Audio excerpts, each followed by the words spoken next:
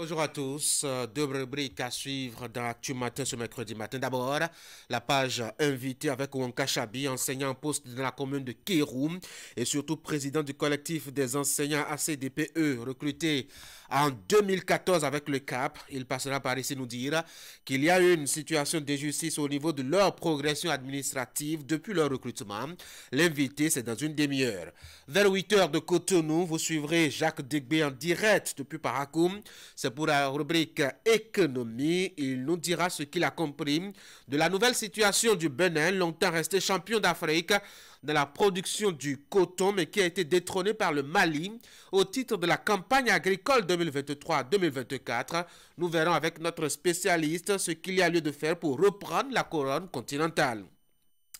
Notre dossier va porter ce matin sur les chances de prospérité des candidatures béninoises à des postes dans des structures internationales. Marie-Odile Latanassol, l'ancienne ministre de l'Enseignement supérieur et de la Recherche scientifique, a des ambitions à l'Union africaine.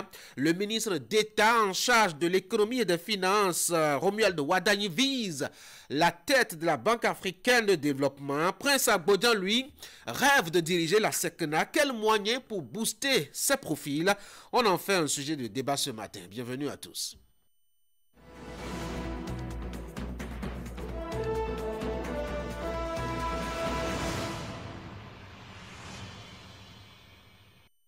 Voici la une des journaux chez vous ce matin. Fraternité pour commencer. Rapport de l'OIT sur le taux de chômage. Les jeunes nets, une tendance en hausse. La ville des 41 collines se pare de ses attributs préfectoraux. La cité administrative de Dassa-Zoumé désormais, une réalité. À la découverte de Luc Nouagovi, ingénieur agronome, et entrepreneur, qui dit ceci: l'argent qui ne procure pas l'aide à autrui est nuisible. Éliminatoire Cannes 2025, les 23 Super Eagles du Nigeria face au Bénin. Et puis facteur de risque de cancer, les pesticides rivalisent avec le tabagisme. Passons à Matin Libre maintenant. Le Bénin sous talon, difficile relation avec les pays voisins. Et puis santé, prise en charge des dialysés. Le Niger montre la bonne voie à la rupture. Et puis dégradation des artères à Boumé-Calavi, asphaltage oui, mais il faut déjà sauver l'existant. Le Télégramme, dossier frère Ronvi, le procureur de Lomé a oublié de clarifier si Steve Amoussou est le chroniqueur anonyme frère Ronvi, ou détenait-il une carte de réfugié au Togo. Libération, lutte contre la variole du singe, des vaccins annoncés pour l'Afrique, baccalauréat 2024. Voici la plateforme pour vous faire le choix des filières. L'économiste, télécommunications au Bénin au premier trimestre 2024. Les abonnements mobiles actifs passent à 7,290 millions de francs CFA. Et puis, le Soleil Bénin, info délivrance de faux diplômes à l'université à des Nigérians. Le Nigeria épingle le Bénin et le Togo. 22 500 faux diplômes délivrés aux Nigériens par les deux pays. Bénin intelligent à présent, grand ménage nigérien au Bénin et au Togo. C'est toujours au sujet de la même actualité liée aux faux diplômes au niveau de l'enseignement supérieur. Décryptage info, soutien à l'autonomisation des femmes à Cotonou. Luc Atropo renforce les capacités des vendeuses du 13e arrondissement. Le matinal, production cotonnière 2023-2024. Le Bénin deuxième dans l'espace UEMOA. On en parle tout à l'heure avec Jacques Debré pour la rubrique économie. On va comprendre un peu quelles sont les raisons qui ont fait dégringoler le Bénin. Olofofo, enlèvement de Steve Amoussou entre Lomé et Cotonou, la guerre est ouverte. 109, Bénin Sport Handball, le stade Charles de Gaulle de Porto Novo abrite les championnats nationaux juniors. Et puis, info matin, examen du permis de conduire, session d'août 2024, des fraudeurs épinglés à Ouida. Le Béninois a libéré, dont de marchandises et autres aux femmes vendeuses dans le 13e arrondissement de Cotonou. Atroco œuvre pour l'autonomisation des femmes. Passons à le potentiel. Escroquerie via les transferts Momo, réseau GSM. Un individu arrêté à Toviclé et déposé en prison. Voici chez vous l'opinion aujourd'hui. Douane béninoise, les commerçants de Malanville plongés dans la douleur. Et fraternité pour la deuxième lecture ce matin. Rapport de l'OIT sur le taux de chômage, les jeunettes, une tendance en hausse. La ville de 41 collines se part de ses attributs préfectoraux. La cité administrative de Dassazoumé désormais une réalité. À la découverte de Luc Nouagovi, ingénieur agronome et entrepreneur, l'argent qui ne procure pas l'aide à autrui est nuisible. Éliminatoire Cannes 2025, les 23 Super Eagles du Nigeria face au Bénin. Et puis, facteur de risque de cancer, les pesticides rivalisent avec le tabagisme. Vous avez dû certainement vous demander ce que c'est que net, en griffe à la manchette de fraternité ce matin. Allez, on va pousser notre curiosité. De quoi s'agit-il? À la page 3, vous avez déjà les précisions. Le nombre de jeunes qui ne travaillent pas, ne sont pas scolarisés ou ne suivent pas de formation professionnelle, c'est eux que le journal appelle net. Leur nombre est préoccupant désormais malgré la baisse du taux de chômage, ce qui révèle un nouveau rapport de l'Organisation internationale du travail, l'OIT. Il révèle une proportion élevée de ces jeunettes, des disparités régionales et entre les sexes et une anxiété croissante des jeunes à l'égard du travail malgré des tendances mondiales encourageantes en matière de chômage des jeunes. Alors, lisez un peu l'article de Fraternité et comprenez cette situation de cette catégorie de jeunes. Et pour vous qui aimez protéger l'environnement, ceci devrait vous intéresser. À la page 4, on apprend, en tout cas Fraternité nous apprend, que en évoquant les éléments entrant dans le cadre des facteurs de risque liés au cancer, et bien les pesticides rivalisent sérieusement alors avec le tabagisme. Alors comment cela se passe? Quels sont les liens entre les pesticides et le cancer? Eh bien, achetez le journal et lisez l'article. L'actualité sur le continent, c'est à la page 9. Et Fraternité qui vous emmène notamment au Kenya, où l'ancien candidat à la présidentielle Raila Odinga, grand opposant de son pays, est candidat donc à la présidence de la Commission de l'Union africaine. On parle aussi de la variole du singe dans les colonnes de Fraternité en page inter. Et puis on parle aussi du Mali, qui assure avoir eu quand même la peau de quelques terroristes tués dans le nord du pays. Achetez donc le journal, informez-vous, ou allez sur le site internet www.fraternité.bj et informez-vous en attendant donc que votre livreur passe chez vous. Vous laissez votre exemplaire de ce mercredi 28 août 2024. Nous, on est sur l'Actu Matin.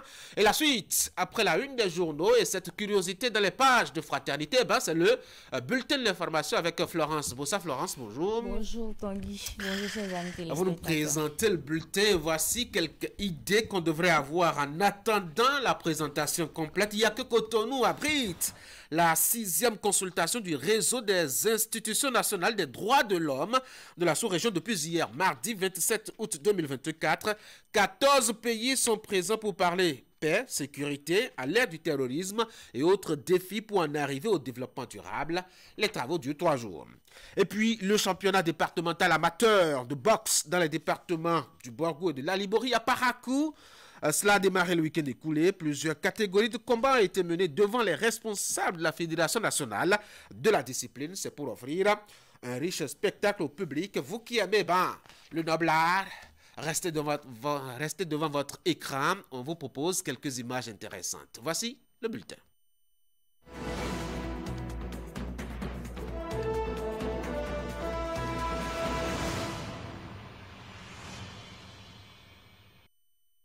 Les membres du réseau des institutions nationales des droits de l'homme, INDH, en Afrique de l'Ouest et au Sahel réfléchissent, Florence Boussa, sur le rôle des droits humains pour le développement durable, la paix et la sécurité. C'est bien cela, Tanguy. Les travaux se tiennent à Cotonou depuis hier en présence de 14 États regroupés dans ce creuse. Cette rencontre est la 6e consultation du genre tenue par le réseau.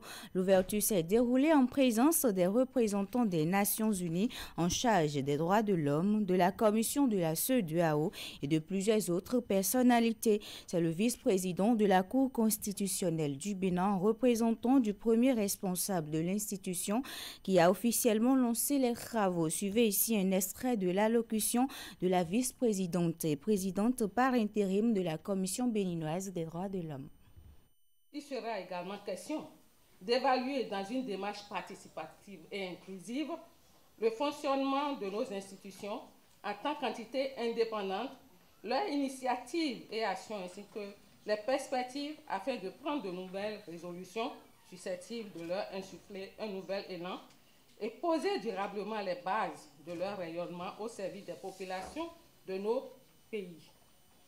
Aujourd'hui, les institutions nationales des droits de l'homme sont confrontées à de multiples défis dans l'accomplissement de leur mission, dont, entre autres, les conseils au pouvoir public en général et au gouvernement et au Parlement en particulier, sur la conformité des lois nationales avec les instruments internationaux en matière des droits humains, de promotion d'une culture des droits humains par le biais de l'éducation et de campagnes de sensibilisation, de publication des avis et recommandations, d'enquête et de suivi de la situation des droits humains dans nos pays, de traitement des plaintes individuelles et collectives, de fourniture d'une assistance juridique et ou judiciaire aux besoins aux victimes afin de faire respecter leurs droits, de soutien du travail des défenseurs des droits de l'homme. Ces divers défis appellent de nous à repenser notre mode de fonctionnement et les approches d'intervention pour notre efficacité à temps réel sur le terrain. C'est le lieu d'attirer l'attention sur la confusion qu'entretiennent bon nombre de nos citoyens des pays respectifs qui confondent et assimilent à tort les institutions nationales des droits de l'homme aux organisations de la société civile. La tranquillité de certains quartiers de Cotonou est de plus en plus menacée par divers incidents allant des vols aux agressions. Devant cette montée de l'insécurité, les chefs de quartier, souvent sollicités, peinent à trouver des solutions très efficaces. Ce reportage examine les défis rencontrés par ces élus locaux et les pistes de solutions envisagées pour renforcer la sécurité de proximité dans les quartiers. Suivez plutôt.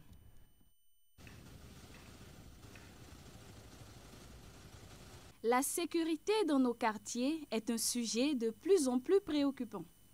Partout, les habitants font face à divers problèmes qui perturbent leur quiétude au quotidien. Il s'agit entre autres des actes de vandalisme, des cambriolages ou encore des agressions qui sont perpétrées de jour comme de nuit. Les voleurs ne font que nous déranger. C'est impossible de dormir la nuit dans les maisons. Malgré qu'on se couche tard et presque au petit matin, ils font ravage. La fois dernière, ils sont venus me cambrioler et ont tout pris. Argent, télévision, objets de valeur. À notre réveil, il n'y avait plus rien.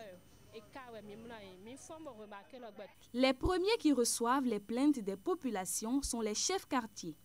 Ces actes se passent sous silence pour des citoyens qui s'en remettent à leurs propres moyens pour y faire face. La situation des œuvrages des jeunes font qu'il y a beaucoup de vols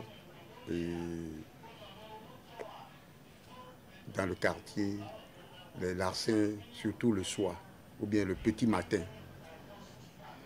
Ce qui est important, il faudrait que les autorités assainissent tout l'arrondissement, à commencer par les quartiers qui sont au bord des lagunes. C'est une zone qui abrite beaucoup de malfrats, étant donné qu'ils ne sont pas rapidement appréhendés. pour les populations vivant dans les quartiers en proie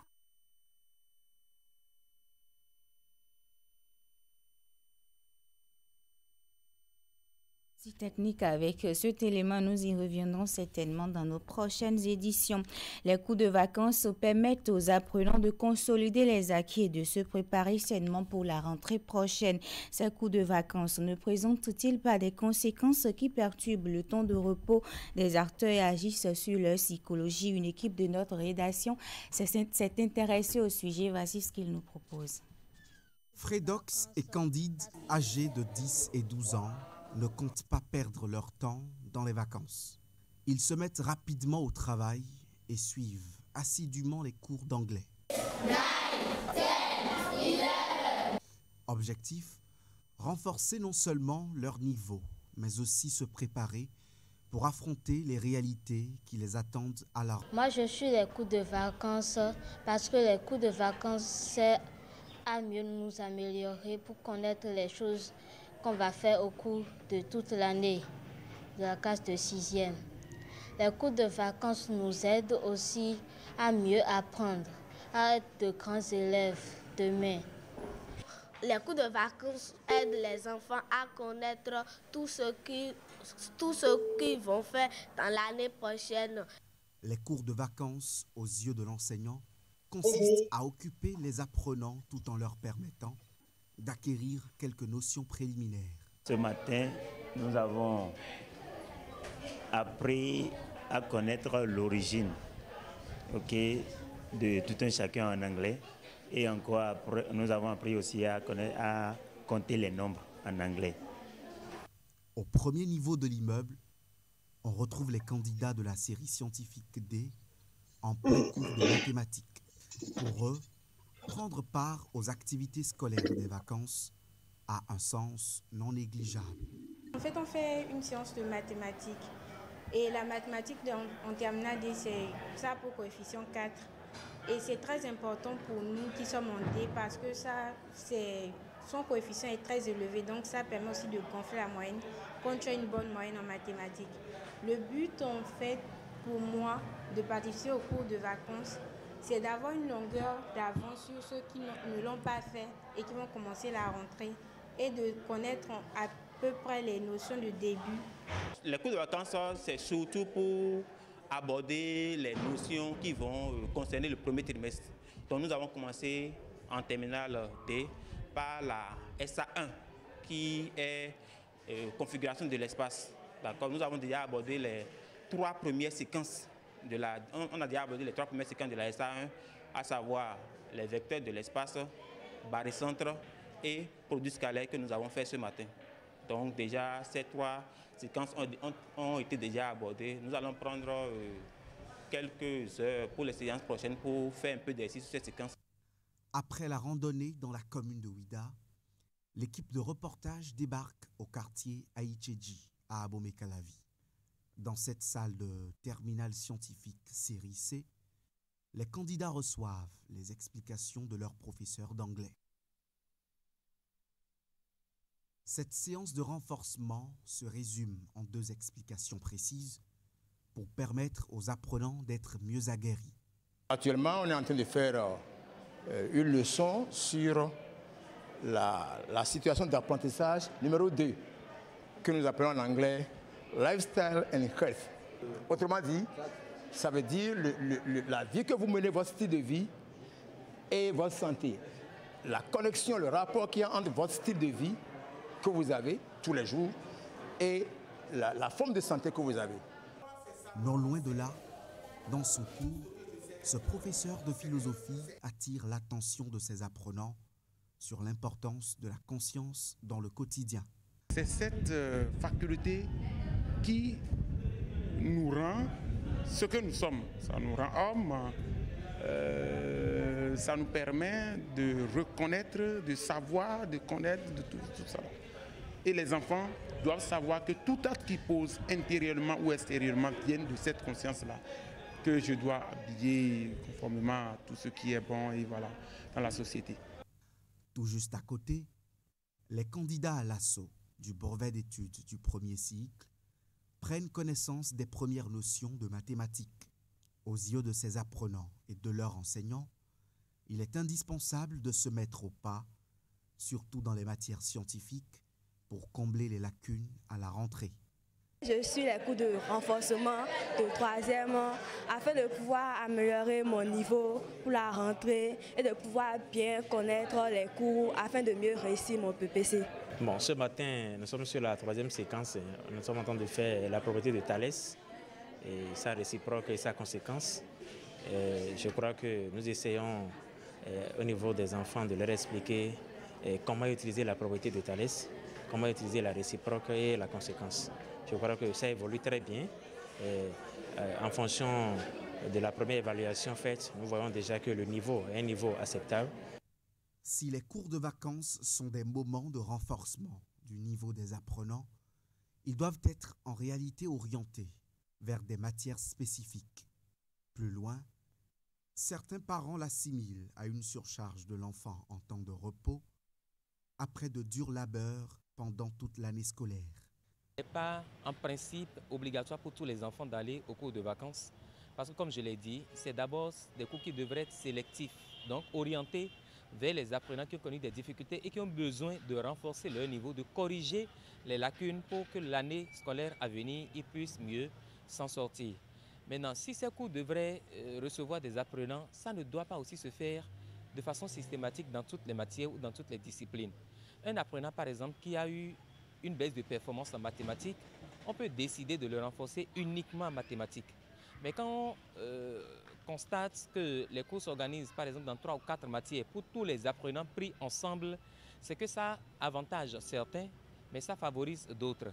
Ceux de la santé seront d'accord avec moi que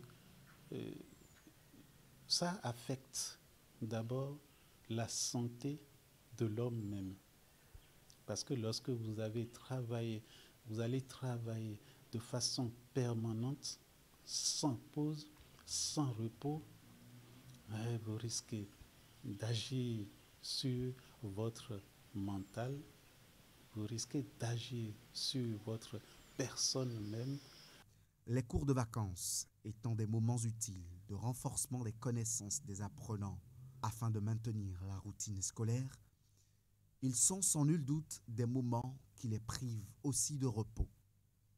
Il convient alors de trouver un juste équilibre pour ne pas en faire une source de stress supplémentaire.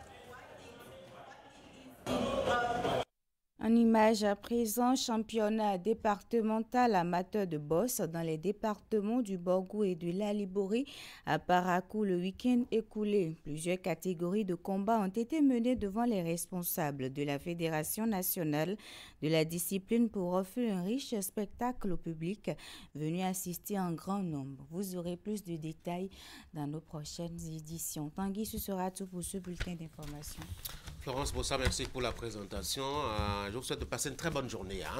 Mesdames et messieurs, vous avez d'autres rendez-vous en matière donc de session d'information sur Canal 3 Bénin à 11h et à 16h. Vous avez les petits rendez-vous, c'est le bulletin, mais aussi les grands rendez-vous à 13h, 19h30 et 22h30.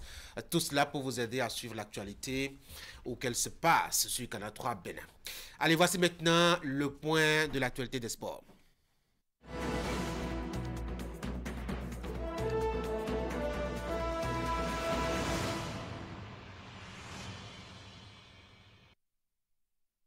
Les athlètes du monde entier avaient convergé les regards vers la capitale française. Les rideaux sont tombés sur l'édition de Paris 2024 pour les JO. Mais déjà à partir de ce soir, allez, d'autres vont capter nos regards. Il s'agit des Paralympiques. Ali Moumouni, bonjour. Et ça va commencer aujourd'hui même. Bien entendu, la compétition démarre donc aujourd'hui avec la cérémonie d'ouverture. Bien entendu, plusieurs centaines d'athlètes paralympiques prendront part à cette compétition. Donc, du côté de Paris, pour le Bénin qui avait été représenté au JO par 4 athlètes, cette fois-ci, ce sera 2 au niveau donc des Jeux paralympiques, entre autres Faisal Achiba. Et puis, voilà, ce matin, nous vous présentons la liste des représentants béninois à cette compétition. Suivez.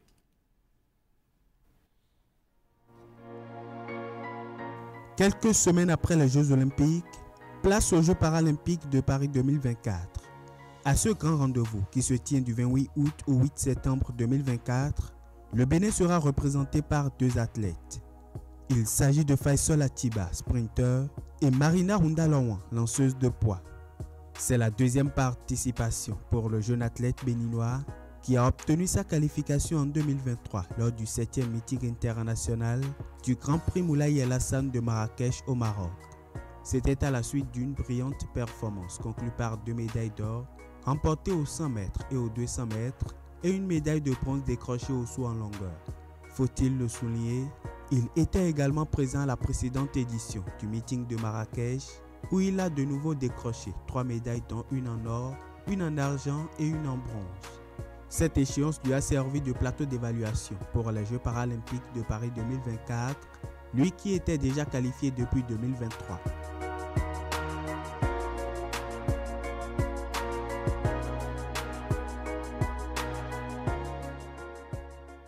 Quant à la lanceuse de poids, Marina Rundalawan, elle a décroché sa place aux Jeux paralympiques au récent meeting international du Grand Prix Moulay El Hassan en 2024, où elle a terminé sur la 3e marche du podium au lancer de poids.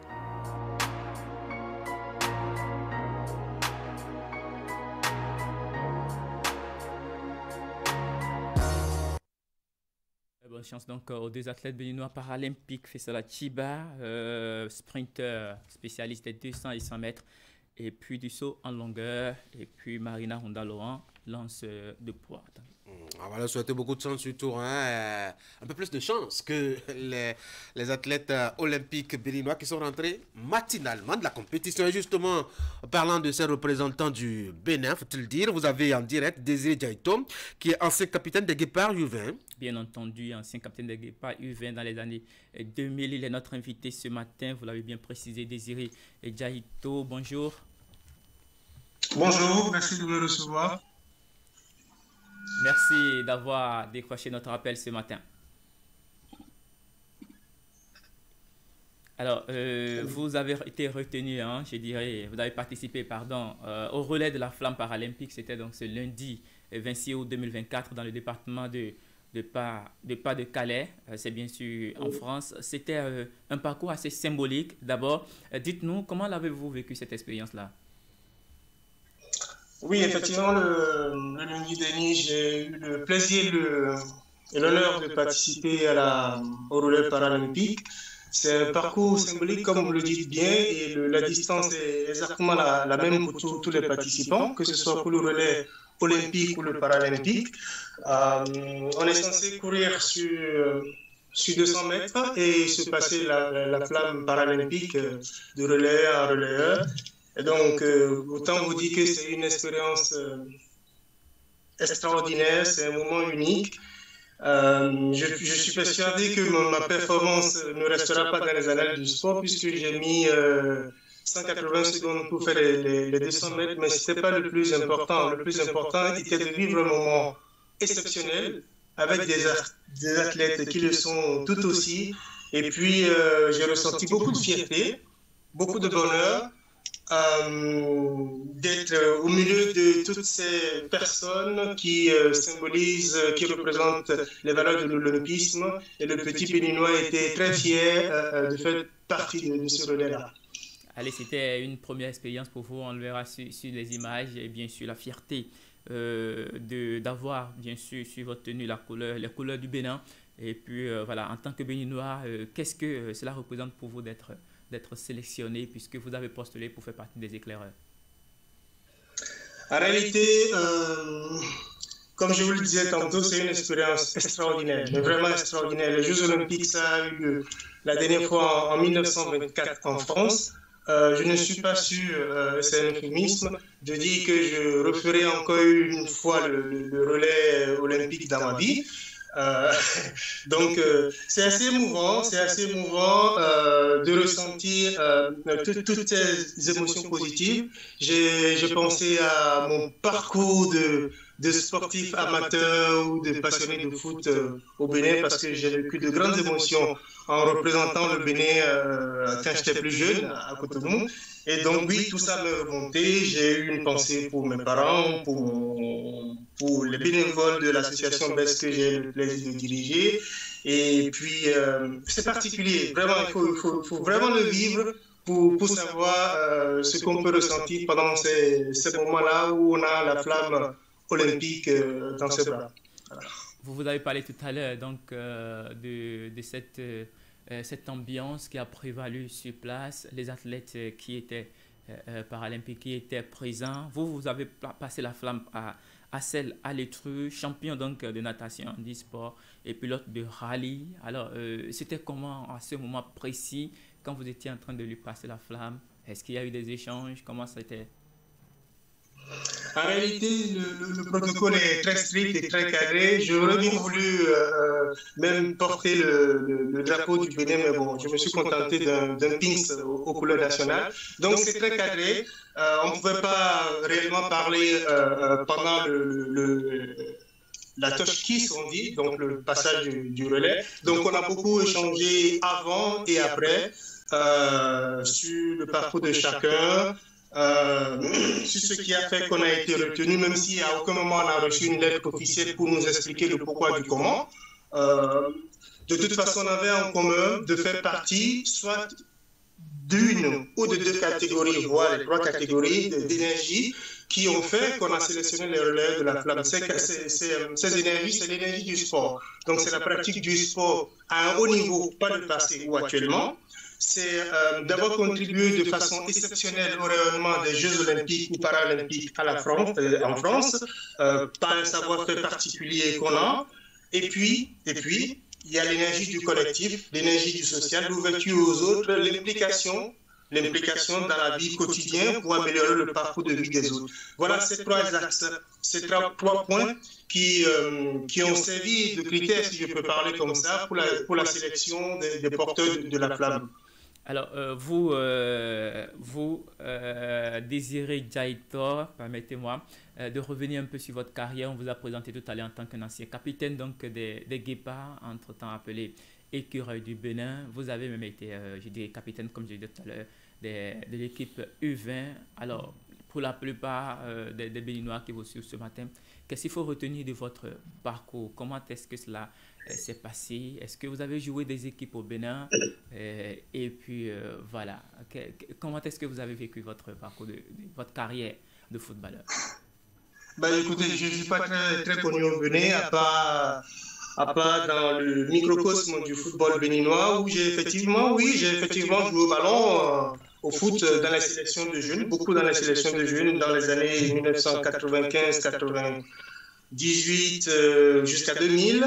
J'ai joué une saison à Entente Football Club, qui était l'équipe des Forces armées du Bénin, une seule saison en 94-95 avec le coach Fortuné Glélé, qui était un de mes formateurs. Et puis, j'ai eu mes premières sélections avec le coach Edmé Kodjo, qui a été mon tout premier formateur au stade de l'Amitié, au Football Club de l'Amitié à Cotonou. Et je dois aussi deux sélections en équipe de jeunes au coach Johnson Edouard. Voilà, ce sont trois grands coachs qui ont été mes formateurs au Bénin, dans les équipes de jeunes, dans les sélections de jeunes, et puis une sélection lors des éliminatoires de la Coupe du Monde 2002. C'était un Bénin-Sénégal où j'étais dans le groupe qui avait été convoqué par Edmé Kodjo. Donc oui, j'ai joué un peu au Bénin, et puis j'ai fait une dernière saison avec ASACO, Association sportive des Amis de Cotonou, à l'époque, où j'étais avec Sylvain Rémy, avec Oumar Tchomogo, avec qui on est toujours en relation, qui sont restés de grands amis. Donc j'ai été un international béninois éphémère, parce qu'à un moment, il était très compliqué, je ne vous cache pas, il était très compliqué de faire de façon sereine et correcte et le foot et les études. La carrière footballistique ou sportive étant par essence assez courte, j'ai préféré donner la priorité à mes études.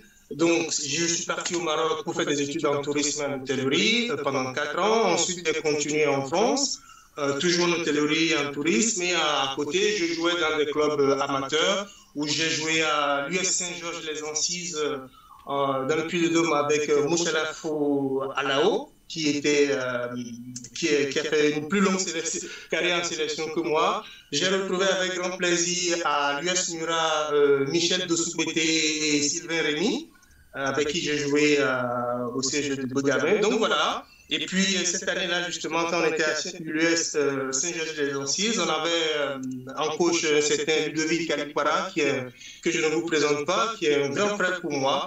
Donc voilà, j'ai pas fait une très grande carrière au Bénin. J'ai été un international éphémère parce qu'à un moment, j'ai priorisé mes études. Et aujourd'hui, voilà. Vous investissez dans la promotion, je dirais, des jeunes pour leur permettre, je dirais, d'avoir une vie épanouie. Oui, enfin, avec quelques amis, depuis 2016, on a créé l'association BEST, qui veut dire Bénin Enfance, Éducation et Santé. Et cette association a pour but d'aider les enfants béninois en milieu rural à pouvoir avoir une scolarité acceptable. On sait que la tâche est immense, le défi est grandiose, mais ce n'est pas parce que c'est grand, c'est difficile qu'il ne faut pas essayer. Donc, à notre petit niveau, à notre échelle, nous avons décidé d'impacter positivement la vie de quelques enfants au Bénin, de les aider à aller à l'école dans des conditions acceptables. Et puis, on a commencé de façon un peu folle, il faut le dire, parce qu'on n'a pas beaucoup réfléchi. On s'est dit, on peut, on le fait. Et puis, on verra où ça va nous mener. On a commencé en 2016 avec une seule école, l'école primaire publique de Fouigamboué dans la commune de Jacotomé, que je connais très bien parce qu'on ne part pas à l'aventure. Il faut avoir des relais sur place, des gens fiables qui peuvent donner vie aux actions qu'on envisage de faire au bénéfice de ces enfants-là. Ouais. Donc on a commencé dans cette école où il y avait un vrai problème de scolarisation des enfants. Ils étaient 120 à l'époque, en 2016. Aujourd'hui, ils sont 340 dans cette école-là. Donc le nombre a quasiment triplé parce que nous avons mis en place tout ce qu'il faut et mis les moyens pour que ces enfants-là aillent à l'école de façon sereine, qu'ils mangent, qu'ils suivent les cours.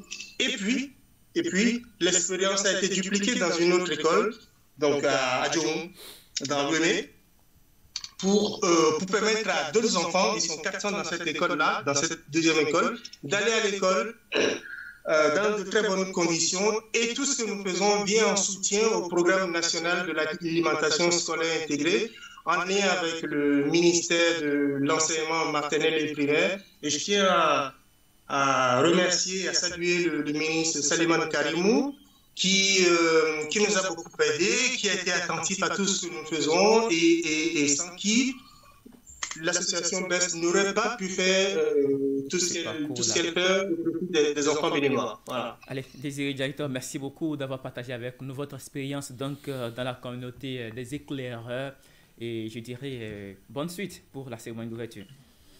Merci, je ne peux pas comme ça y aller. Voilà. Allez, bonne journée à vous, Tanguy. On finit rapidement avec la finale de la première édition du tournoi Jeunesse à Claco qui a été remportée par Sagesse plus Foot à l'occasion d'un duel épique entre cette formation et son adversaire du centre de foot. Pendant donc les 80 minutes disputées, les deux formations ont présenté un jeu très intéressant. Voici le reportage de Gilles Echo. C'est une soirée décisive pour Sagesse Plus Foot et Foot Santé pour conquérir le trophée mis en lice. Et Sagesse Plus Foot engage la première partie dans la conquête de précieux sésames soigneusement posés sur la table. Une période au cours de laquelle les Bleus et Blancs exposent des séquences de jeu spectaculaires.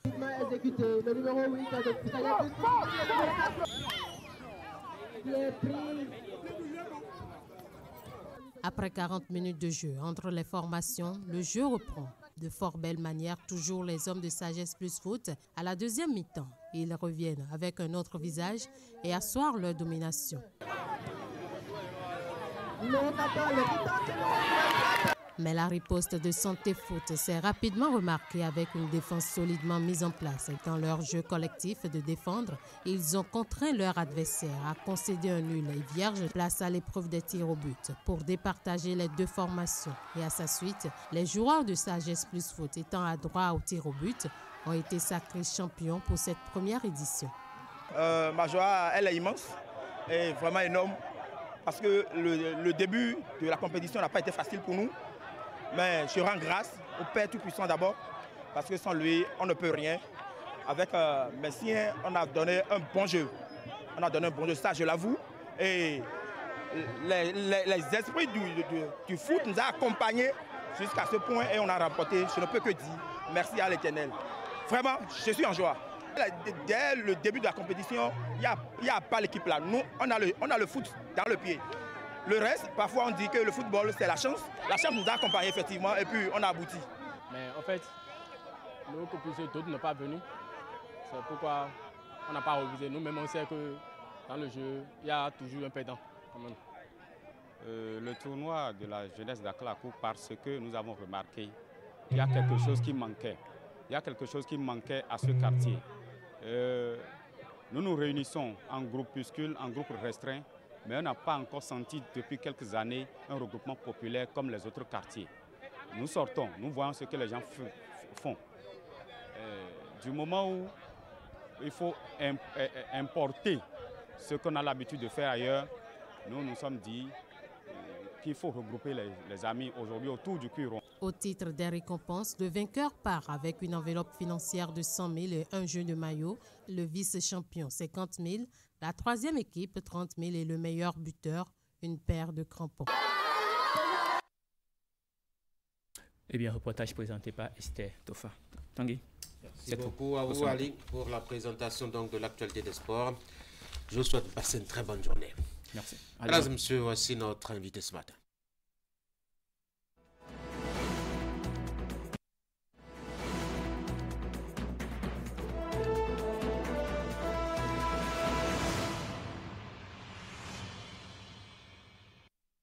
Je l'ai annoncé au début de cette émission, notre invité ce matin, ce mercredi matin précisément, Wonka Chabi, instituteur en poste à Kéru, président du collectif des agents contractuels de droit public de l'État recruté avec le CAP en 2014 et en pris service précisément en décembre de la même année. Monsieur Chabi, bonjour.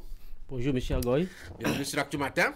Vous êtes là pour partager avec nous ce que vous appelez une injustice au sujet de votre carrière à côté administratif. Vous dites lors de nos échanges de préparation de cet entretien que des gens recrutés au même titre que vous, mais avec un diplôme inférieur, ont pu être au même grade que vous actuellement après avoir suivi des formations de rattrapage. En quoi est-ce que cela vous dérange?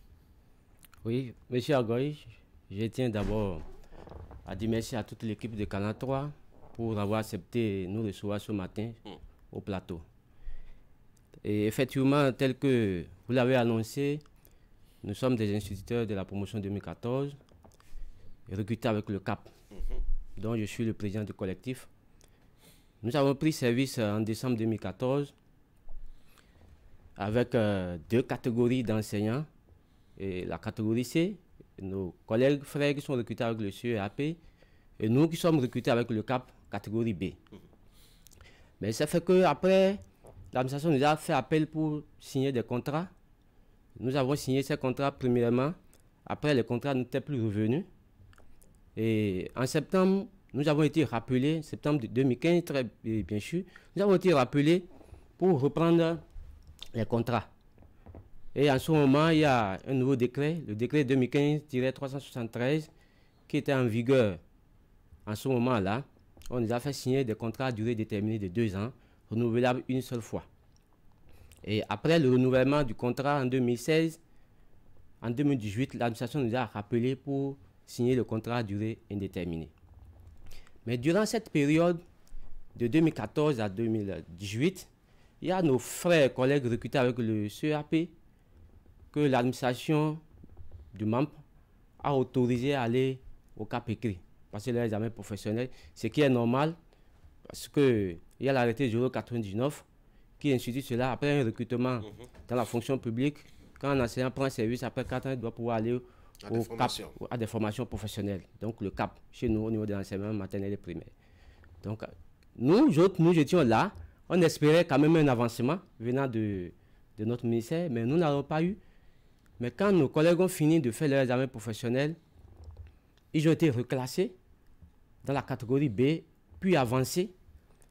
Et ils vous ont rejoint au même grade. Exactement. Et ça vous embête pourquoi? Vous êtes jaloux de la rapidité avec laquelle ils ont évolué dans leur carrière, ou qu'est-ce qui vous dérange fondamentalement? Monsieur Agoy, ce n'est pas que nous sommes jaloux contre nos collègues, pas du tout, mais c'est l'administration qui fonctionne comme ça.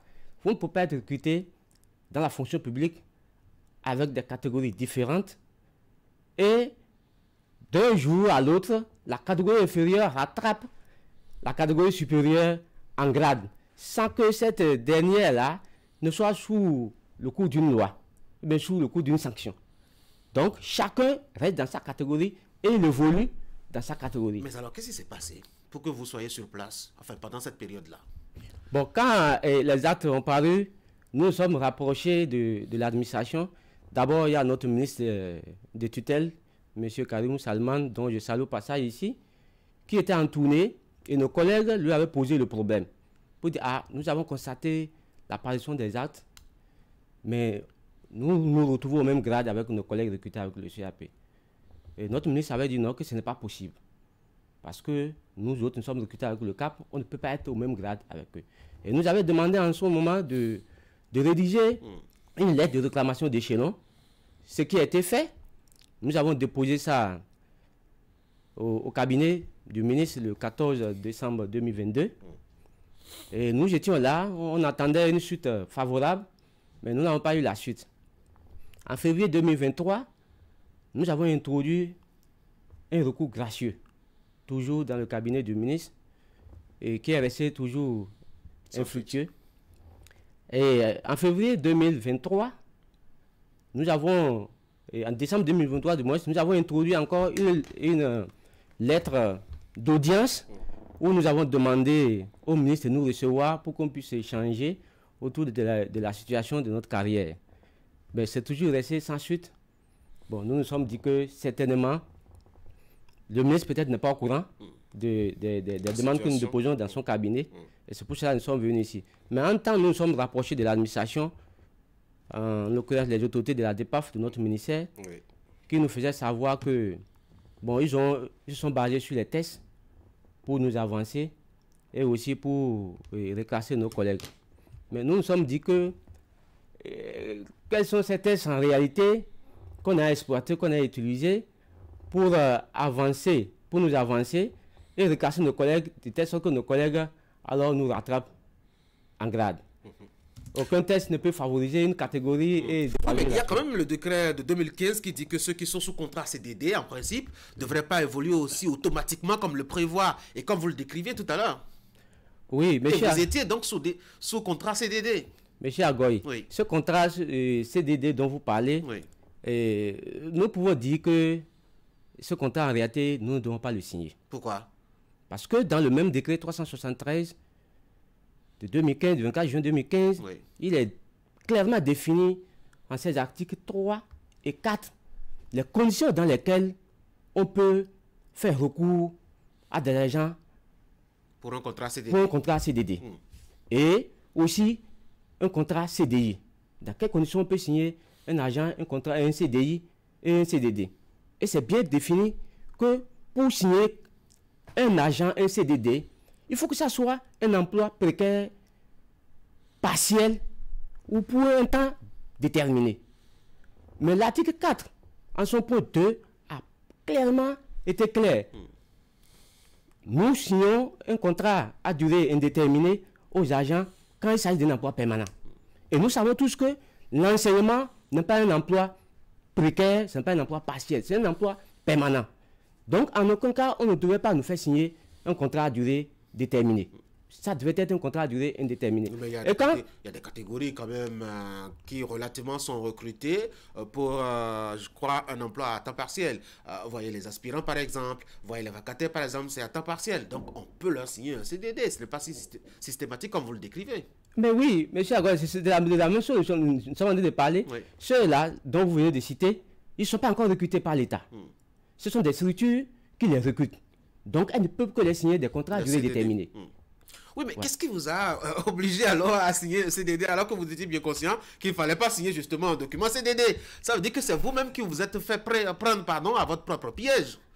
Monsieur Agoy, il fallait être sur le terrain pour savoir ce qui s'était passé ce jour-là. Qu'est-ce qui s'est passé? Ils ont refusé. Quand l'administration nous a rappelé pour reprendre les contrats, nous leur avons dit ce jour-là que on ne peut pas signer un contrat à durée déterminée. Moi, je me rappelle ce jour-là, à Natitengo, j'avais fusillé ce fait-là. Mais ils nous ont dit que si nous ne signons pas ces contrats-là, c'est que notre situation va rester comme ça et notre premier salaire-là, nous n'aurons pas atteint. Donc, le mieux, c'est de signer parce qu'il y a un nouveau décret qui est là.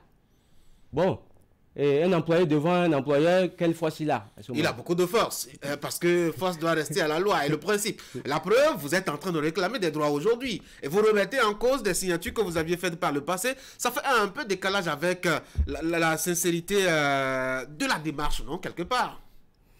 Bon, et vous savez, M. Agoy, cette affaire de contrat, si vous suivez le processus de signature, vous allez comprendre qu'à un moment donné, l'employé n'a aucune force. Il faut d'abord, comment on appelle, les militaires disent, il faut exécution avant réclamation. Donc il faut exécuter avant de réclamer. En quoi est-ce que c'est un préjudice pour vous aujourd'hui, cette situation? Oui, M. Agoy, cette affaire-là, vraiment, constitue un préjudice pour nous sur le terrain parce que, vous voyez, déjà, au cours de l'année scolaire 2014-2015, il y a certains de nos collègues qui ont été nommés directeurs d'école. Et ils ont eu sur eux nos collègues recrutés avec le CAP.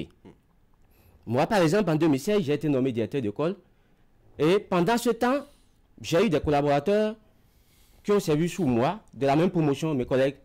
Et en 2019, pour les examens professionnels, nous avons été membres de leur commission. Nous les avons encadrés. Et le jour de leur examen, on nous avait sollicité pour être membre de leur commission. Que vous formez quelqu'un de cette façon-là, et à la fin, la personne veut vous rattraper en grade. C'est quoi? C'est un problème d'ego carrément que vous êtes en train de poser? Non, pas du tout, M. Agoy. Pas du tout, M. Agoy. Quelle est la gêne que vous avez à voir quelqu'un que vous aviez formé être à votre niveau? Ça ne gêne pas, M. Agoy, si vous formez quelqu'un dont l'évolution est rapide et il vous rattrape. Ça ne gêne pas, mais quand vous regardez dès le départ, vous avez pris service le même jour avec différentes catégories. Et que vous, on vous bloque. Nous avons été bloqués. On nous a bloqués. Et eux, on les a permis d'avancer. Quand c'est comme ça, ça frustre, M. Agoy. Et sur le terrain, vous travaillez comme ça, c'est un peu difficile. Parce que parmi eux, il y en a qui disent que maintenant nous sommes tous au même grade, nous avons le même diplôme. C'est vrai, vous êtes au même grade. Nous sommes au même grade et ils trouvent que nous avons les mêmes diplômes, alors que nous n'avons pas obtenu les diplômes de la même année. Nous autres, nous avons obtenu les diplômes avant eux. Nous avons pris service déjà avec le B1 dès notre prise de service et ils étaient en C1. Vous voyez, ce n'est pas que nous sommes contre eux, mais c'est une injustice en réalité qui est constatée et nous autres, nous sommes en train de demander à ce que l'administration corrige cela. Et ça va être compliqué. Comment vous pensez qu'on peut corriger cette affaire-là maintenant? Oui, M. Agoy, pour corriger cette affaire, c'est très facile. Comment? Selon moi. Parce que il suffit seulement de faire une lecture des tests. Des tests qui ne nous permettent pas d'être avancés. Ou carrément de nous faire une reprise de carrière.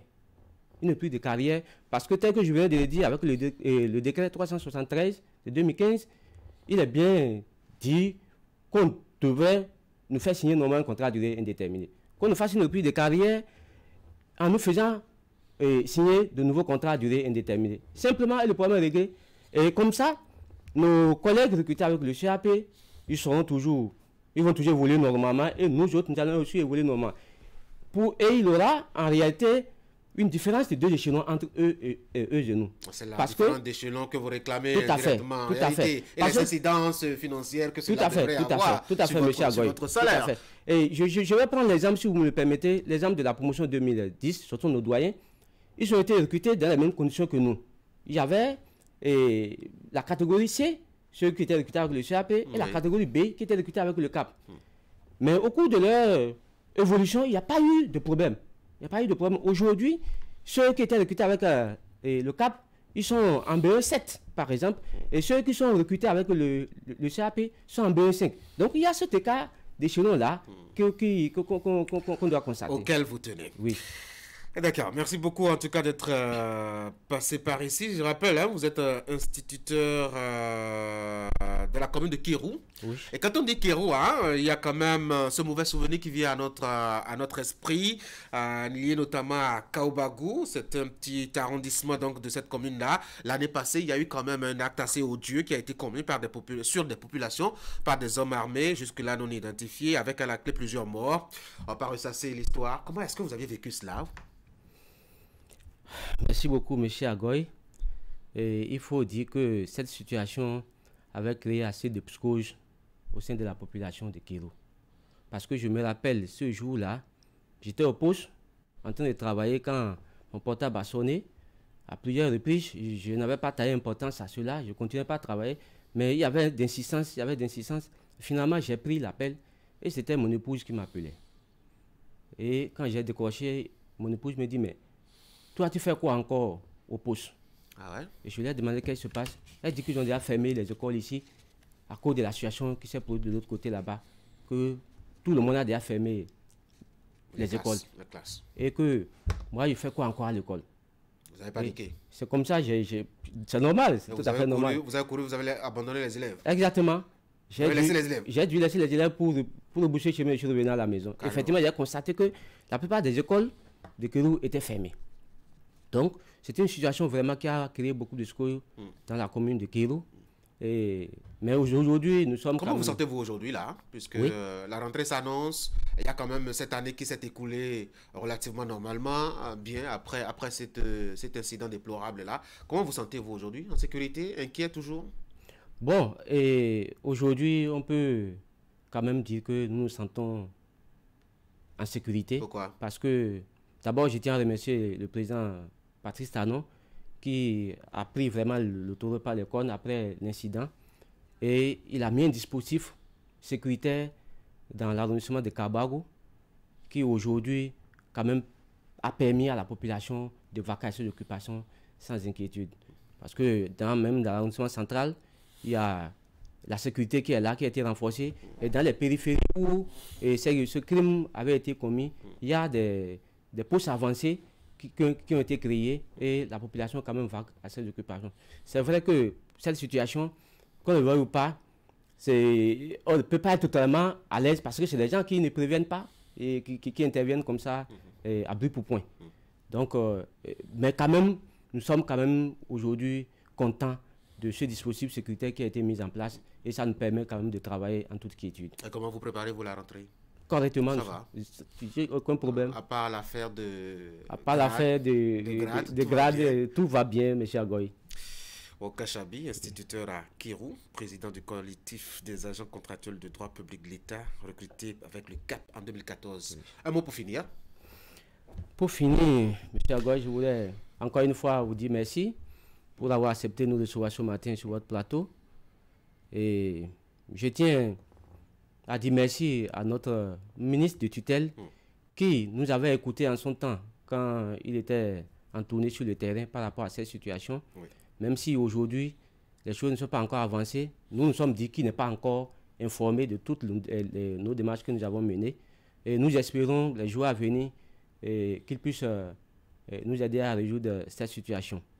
Et je tiens aussi à dire merci à notre chef service ressources humaines de la DEPAF, Madame Anago Relique.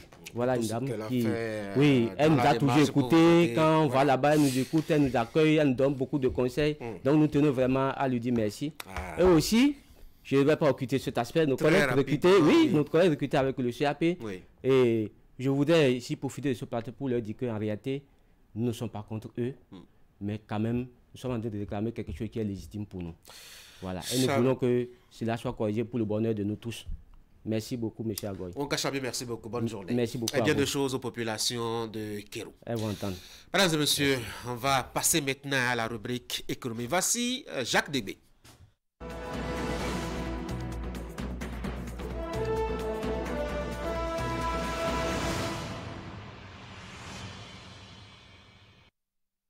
Le mercredi, nous sommes avec Jacques Débé parce que c'est le rendez-vous économie en alternance avec Climat Tchadé. Aujourd'hui, on aura donc notre correspondant de Parakou qui a déjà décroché même notre appel, Jacques Débé.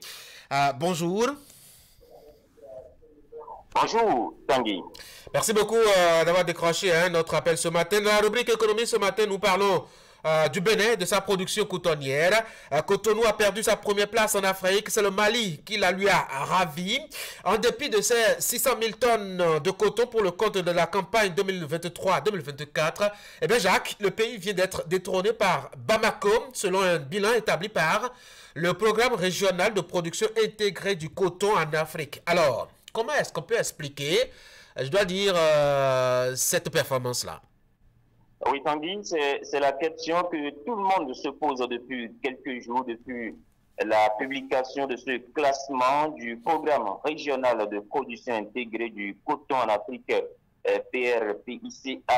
Mais les esprits bien avertis devraient quand même s'attendre à ce recul qui, quoique léger, nous déloge malheureusement de la première place du classement des pays producteurs de coton sur le continent, parce que le vendredi 10 novembre dernier, 10 novembre 2023, à Niki, lors du lancement officiel de la campagne de commercialisation du coton Brenne au titre de l'année 2023-2024, les signaux, je ne vais pas exagérer pour dire étaient au rouge, mais les signaux n'étaient clairement pas bons. Le ministre de l'Agriculture, Gaston Kossi-Besnoui, qui avait procédé au lancement officiel de la campagne, avait déjà annoncé une production de 550 000 tonnes.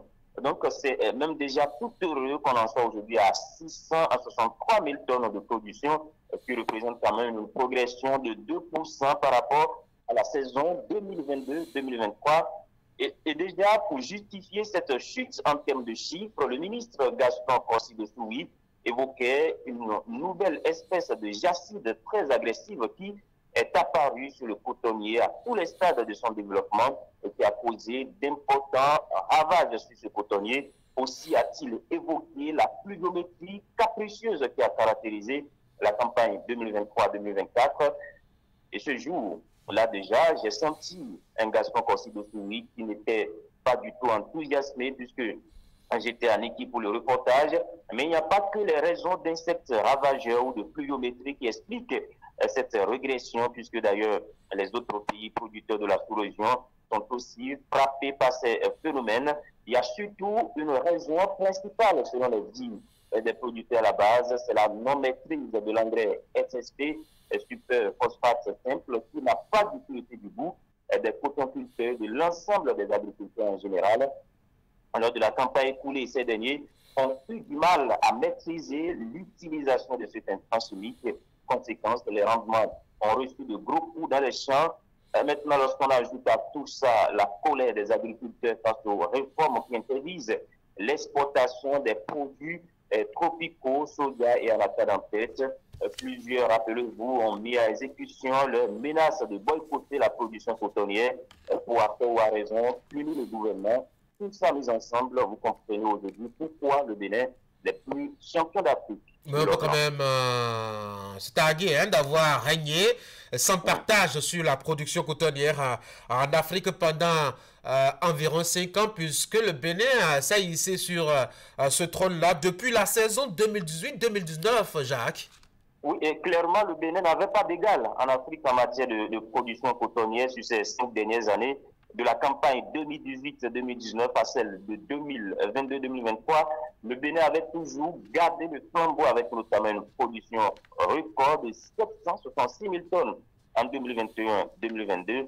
Et cela est à mettre à l'actif du régime de la rupture qui déjà dès sa première année, c'est-à-dire lors de la campagne 2016-2017, a mis des bouchées doubles pour augmenter de façon exponentielle la production cotonnière au Bénin. La palme d'or revient surtout aux cotonculteurs, ces braves paysans de Banikwara, Fondi, Niki, Kalale, Bembéreke, de tout le bassin cotonnier qui ont véritablement mouillé le maillot dans les champs, respecté les consignes en termes de séminaires de retraite pour permettre au Bénin d'être champion d'Afrique de l'Or pendant 5 ans. Les aigreneurs ont porté l'ensemble de l'interprofession ont également joué leur partition dans ce classement honorable. Allez, Jacques, comment on retrouve notre couronne?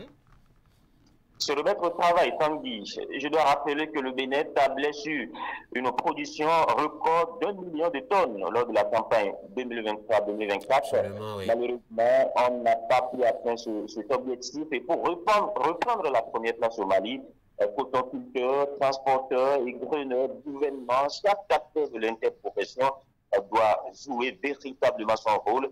Il faut surtout écouter les cotonculteurs sur la question de l'engrais SSP, eux qui préfèrent beaucoup plus l'engrais NPK pour traiter leurs champs. On a enregistré beaucoup de brins, par exemple, mis ici sur nos antennes à Parakou.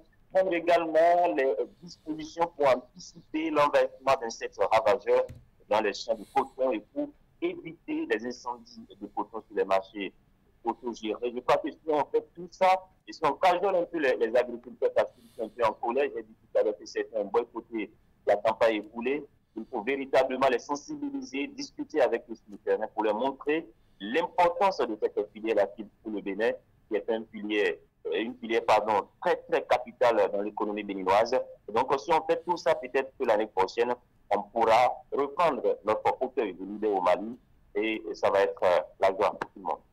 Allez, une dernière curiosité, hein, Jacques Debré, on peut se contenter quand même de voir ainsi à travers cette performance du Mali. Je dois dire que la zone CFA brille, en tout cas dans la production et dans cette filière. Et c'est simple, Tanguy, la zone CFA est le second exportateur mondial de coton pour la campagne 2023-2024. La production de coton graines s'est élevée à plus de 2,6 millions de tonnes dans cette zone selon les statistiques du programme régional de production intégrée du coton en Afrique, contre 2,1 millions de tonnes en 2022-2023, soit donc une nette progression de 24%. La raison de ce rebond est que les rendements se font améliorer de l'ordre de 11 à 53% dans différents pays producteurs de la région. Le Bénin, le Mali, mis ensemble, sont à plus de 50% de la production de la zone française. C'est-à-dire quand même que, quoi qu'on dise, on peut être pas trop content de ce classement du Bénin deuxième, mais je crois que le Bénin continue d'être l'un des pays producteurs, l'un des principaux pays producteurs de l'or blanc sur le continent. Jacques Debré. Tanguy. Merci. Merci. Bonne journée à Parakou. Très bonne journée également à vous. Merci. Mesdames et messieurs, retour à Cotonou. Vous aviez suivi depuis le début de cette émission la une des journaux, le bulletin d'information, l'actualité des sports, notre invité et puis maintenant la rubrique économie. Allez, ça fait beaucoup de choses, on va souffler maintenant. De réussite. Chaque année, une innovation. Et oui, le complexe scolaire Clé de la réussite a obtenu au bac 2024 cette mention très bien avec premier du littoral au bac toutes séries confondues et troisième du littoral au bac G2, cinquième du Bénin au bac G2 et sixième du Bénin au bac D. En plus des 11 mentions bien, Clé de la réussite a obtenu 40 mentions assez bien sur les 212 admis au bac 2024. Clé de la réussite, c'est la culture de l'excellence à travers des séances de travaux dirigées en soutien aux cours théoriques et pratiques. Inscrivez-vous au complexe scolaire Clé de la réussite pour différentes formations. Enseignement primaire de la classe de CI au CM2, enseignement général et commercial de la 6e en terminale A, B, C, D, G1, G2, G3. Formation en transit et consignation. Site de Ménantin vont en face du marché Ménantin. Site de Zoborouet vont derrière le stade de l'Amitié. Site de Bégamin en face des rails. Site de Calavi au quartier Agori, route de Tampé. Clé de la réussite, nous cultivons l'excellence. Téléphone 97 88 42 16.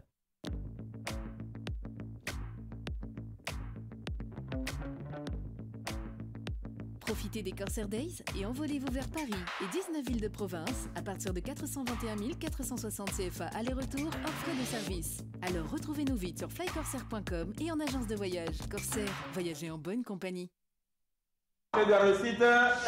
année, innovation. Et oui, le complexe scolaire Clé de la réussite a obtenu au bac 2024 cette mention très bien avec premier du littoral au bac toutes séries confondues et troisième du littoral au bac G2, cinquième du Bénin au bac G2 et sixième du Bénin au bac D. En plus des 11 mentions bien, Clé de la réussite a obtenu 40 mentions assez bien sur les 212 admis au bac 2024. Clé de la réussite, c'est la culture de l'excellence à travers des séances de travaux dirigées en soutien aux cours théoriques et pratiques. Inscrivez-vous au complexe scolaire Clé de la réussite pour différentes formations. Enseignement primaire de la classe de CI au CM2, enseignement général et commercial de la 6e en terminale A, B, C, D, G1, G2, G3. Formation en transit et consignation. Site de Ménantin vont en face du marché Ménantin. Site de Zoborouet vont derrière le stade de l'Amitié. Site de Bégamin en face des rails. Site de Calavi au quartier Agori, route de Tampé. Clé de la réussite. Nous cultivons l'excellence. Téléphone 97 88 42 16.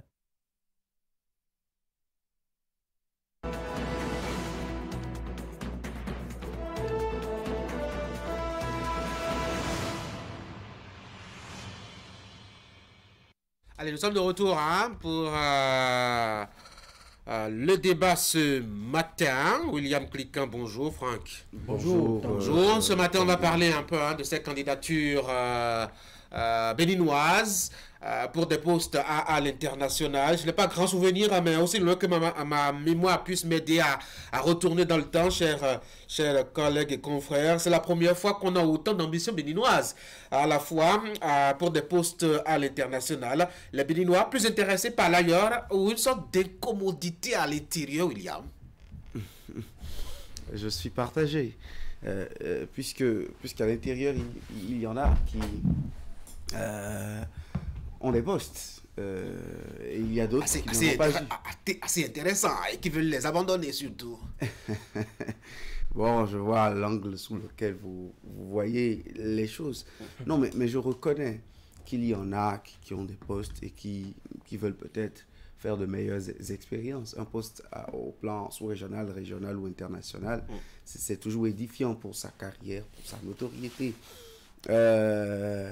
Il n'y a pas beaucoup de postes au pays, je ne dirais pas ça. Il y en a, mais on mute très peu. On a arrêté un peu les remerciements perlés avec des postes politiques. On connaît un peu la méthode de nomination depuis quelques temps. Très politique, certes, mais avec un peu de mise en avant des compétences, des profils, avec les petites anecdotes que les politiques nous racontent autour des nominations, des quelques rares qui se font de plus en plus.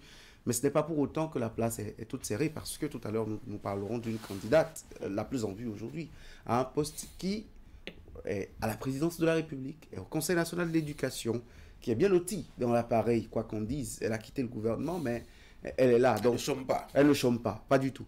Pas du tout. Alors, donc, je me dis, c'est plutôt du positionnement diplomatique, c'est beaucoup plus que un peu plus que une incommodité ou un inconfort au plan interne. Oui, Franck. C'est vrai que certains ils voient déjà une manière pour les dirigeants du Bénin de régler des problèmes en interne. C'est tant mieux. Politiquement, bien sûr, c'est vrai qu'il n'y a aucune personne n'a encore dévoilé aussi clairement ses ambitions pour ce que vous savez, pour ce rendez-vous de 2026. Mais pour les observateurs avertis, on dit déjà que c'est une façon de pouvoir, disons, faire une probable candidature de moins. Oui, de moins, et de gérer moins de stress, moins de clivage au sein des groupes, des grands groupes. Surtout que ceux qui sont en train de vouloir partir ne sont pas de petits morceaux. Moi, je pense que c'est une façon pour le Bénin de tester sa diplomatie, mais également de vendre l'image de notre pays. Parce que les candidatures qui sont aujourd'hui brandies, il y a au niveau de la BAD, la Banque africaine de développement, il y a également au niveau de l'ASECNA, ce qu'on on n'en parle pas trop, mais également au niveau de l'Union africaine. Vous voyez toutes ces tous ces organismes sous-régionaux, lorsque le Bénin va se hisser à ses places, ça va permettre de porter la voix du Bénin à ces instances-là et de pouvoir, pourquoi pas, tirer un peu le drap de notre côté lorsqu'il s'agira, par exemple, de défendre des projets, d'amener des partenaires au pays, ainsi de suite. On verra bien, en tout cas, ce que le Bénin pourrait tirer de ses positionnements de ses fils à l'international. Mais voyons déjà le profil de ces fils-là et voyons le poste auquel ils aspirent. On va commencer par la dame. Vous aviez commencé à l'évoquer, William. C'est quand même Marie-Odile Atanasso, anciennement ministre de l'Enseignement supérieur et de la Recherche scientifique, actuellement en tant que membre du CNE, le Conseil national de l'éducation, aussi un poste au niveau du palais de la Marina pour accompagner la politique du gouvernement, toujours dans cette droite ligne-là qui vise à aller à l'Union africaine.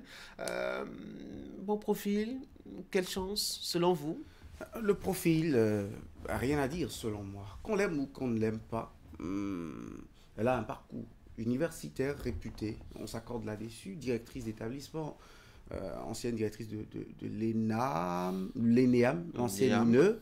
Elle m'a raconté une fois qu'elle a été directrice de Olusegun Ajadi Bakari, président BUE des étudiants au sein de l'ENEAM, de l'INE de l'époque.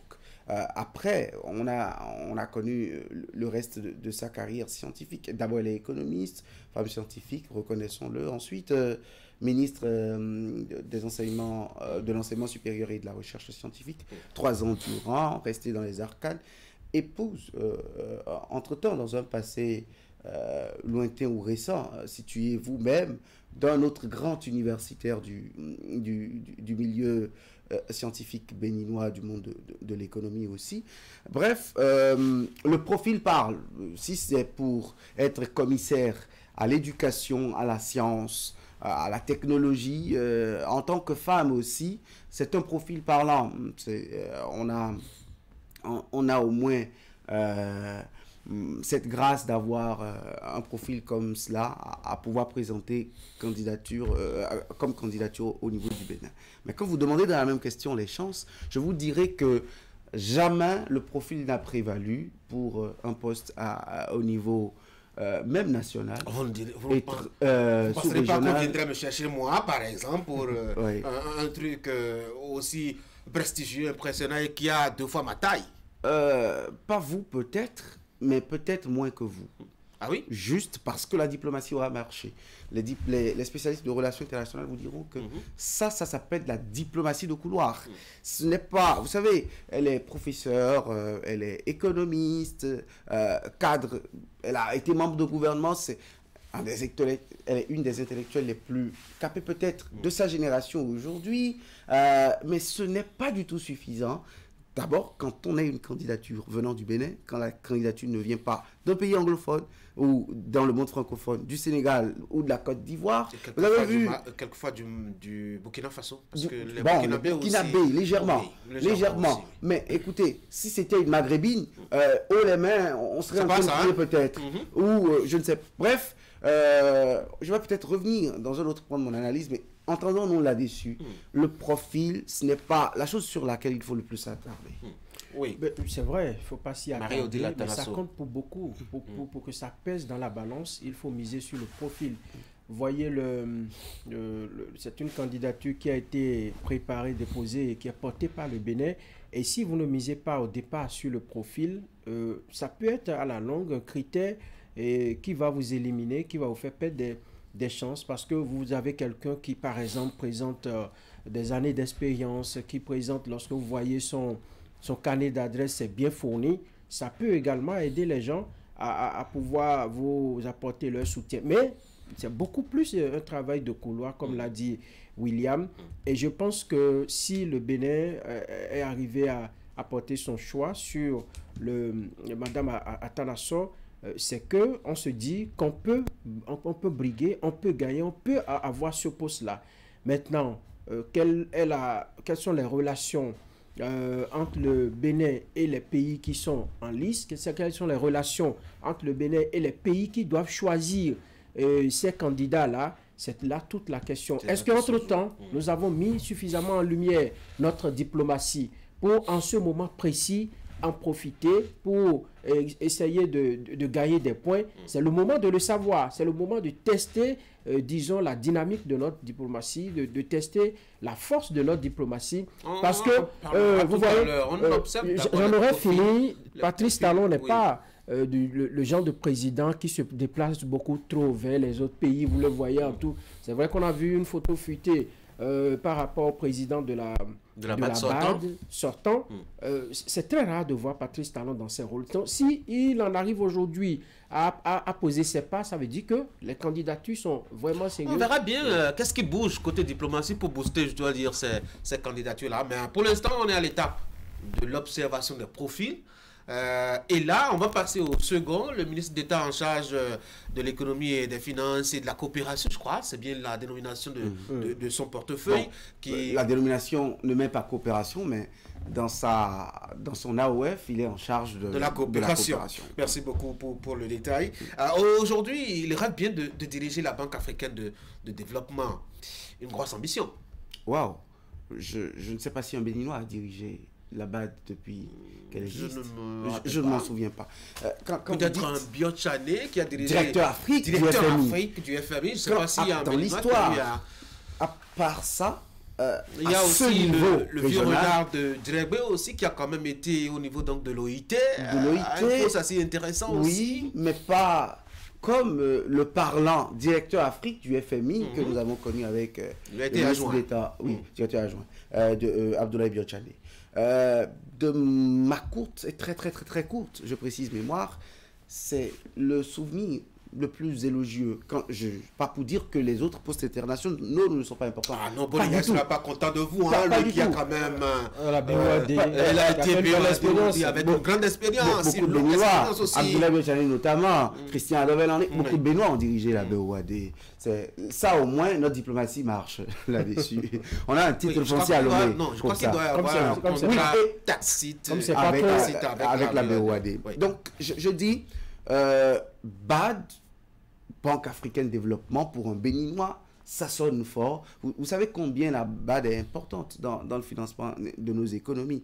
Et par contre, contrairement au cas à Tanassor, pour moi, ce n'est pas le profil qui est fringant, clinquant. Oui, mais on dit que c'est un grand et bon ministre des Finances, qu'il a fait des merveilles, et puis qu'il a un bon parcours scolaire et universitaire. Être financier pointu, faire les cabinets les plus réputés, être ministre au gouvernement depuis 8 ans en charge de l'économie et des finances, ou en plus d'autres compétences comme la coopération. Être ministre d'État à ce poste-là.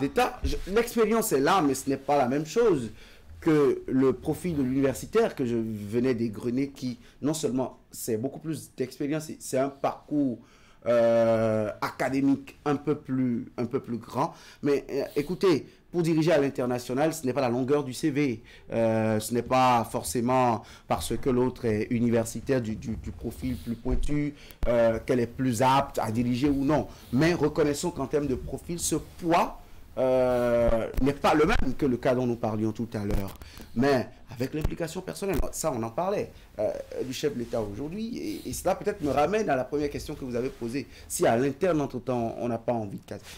Quand on voit les profils des hommes en question, quand on voit le prestige des postes en question, je me dis non, attention, on cherche peut-être les meilleurs jokers pour aller s'offrir des chances peut-être, parce que là-dessus, on n'a pas eu grand succès. Je me souviens d'un si bon profil comme Dorothée Akoko-Kende-Gaza à l'OMS Afrique. Je me souviens... Malheureusement, ça n'a pas prospéré. Récemment, Christine Ouessavi, je ne sais pas ce que l'Ivoirien qui dirige aujourd'hui le CAMES dans son profil a de plus grand que notre ministre. Permettez-moi d'être un peu national et d'être patriote sur un débat comme ça. Je ne sais pas, mais la diplomatie de couloir a primé. Donc je me dis que pour une fois, on a envie de sortir des noms pour, sur la question du profil, être peut-être les meilleurs, mais quitte à faire le jeu de couloir qu'il faut pour positionner les personnes. Franck, vous savez, le même débat s'était posé quand le Nigérian s'était présenté, on ne le voyait pas du tout venir. Je me rappelle plus trop les candidats qui étaient en lice, c'est-à-dire les pays qui devaient affronter le Nigérian. Mais je sais qu'au bout du rouleau, c'est le Nigérian qui l'a emporté. C'est lui qui est en train de terminer là son mandat pour qu'on pense à sa succession. Il y a le Tchad qui est en lice, il y a le Sénégal et l'Algérie. Et vous savez qu'aujourd'hui, pour ces jeunes Sénégalais qui sont à la tête de, je veux parler de Diomaye Faye et puis de son copain qui ont bataillé pour être à la tête de l'État, ils voudront bien... C'est pas son copain, hein, c'est son mentor.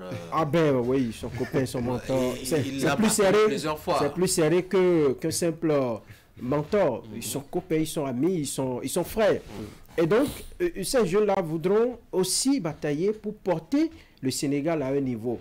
L'Algérie va faire de même, le Tchad également. Et on connaît le poids diplomatique de l'Algérie.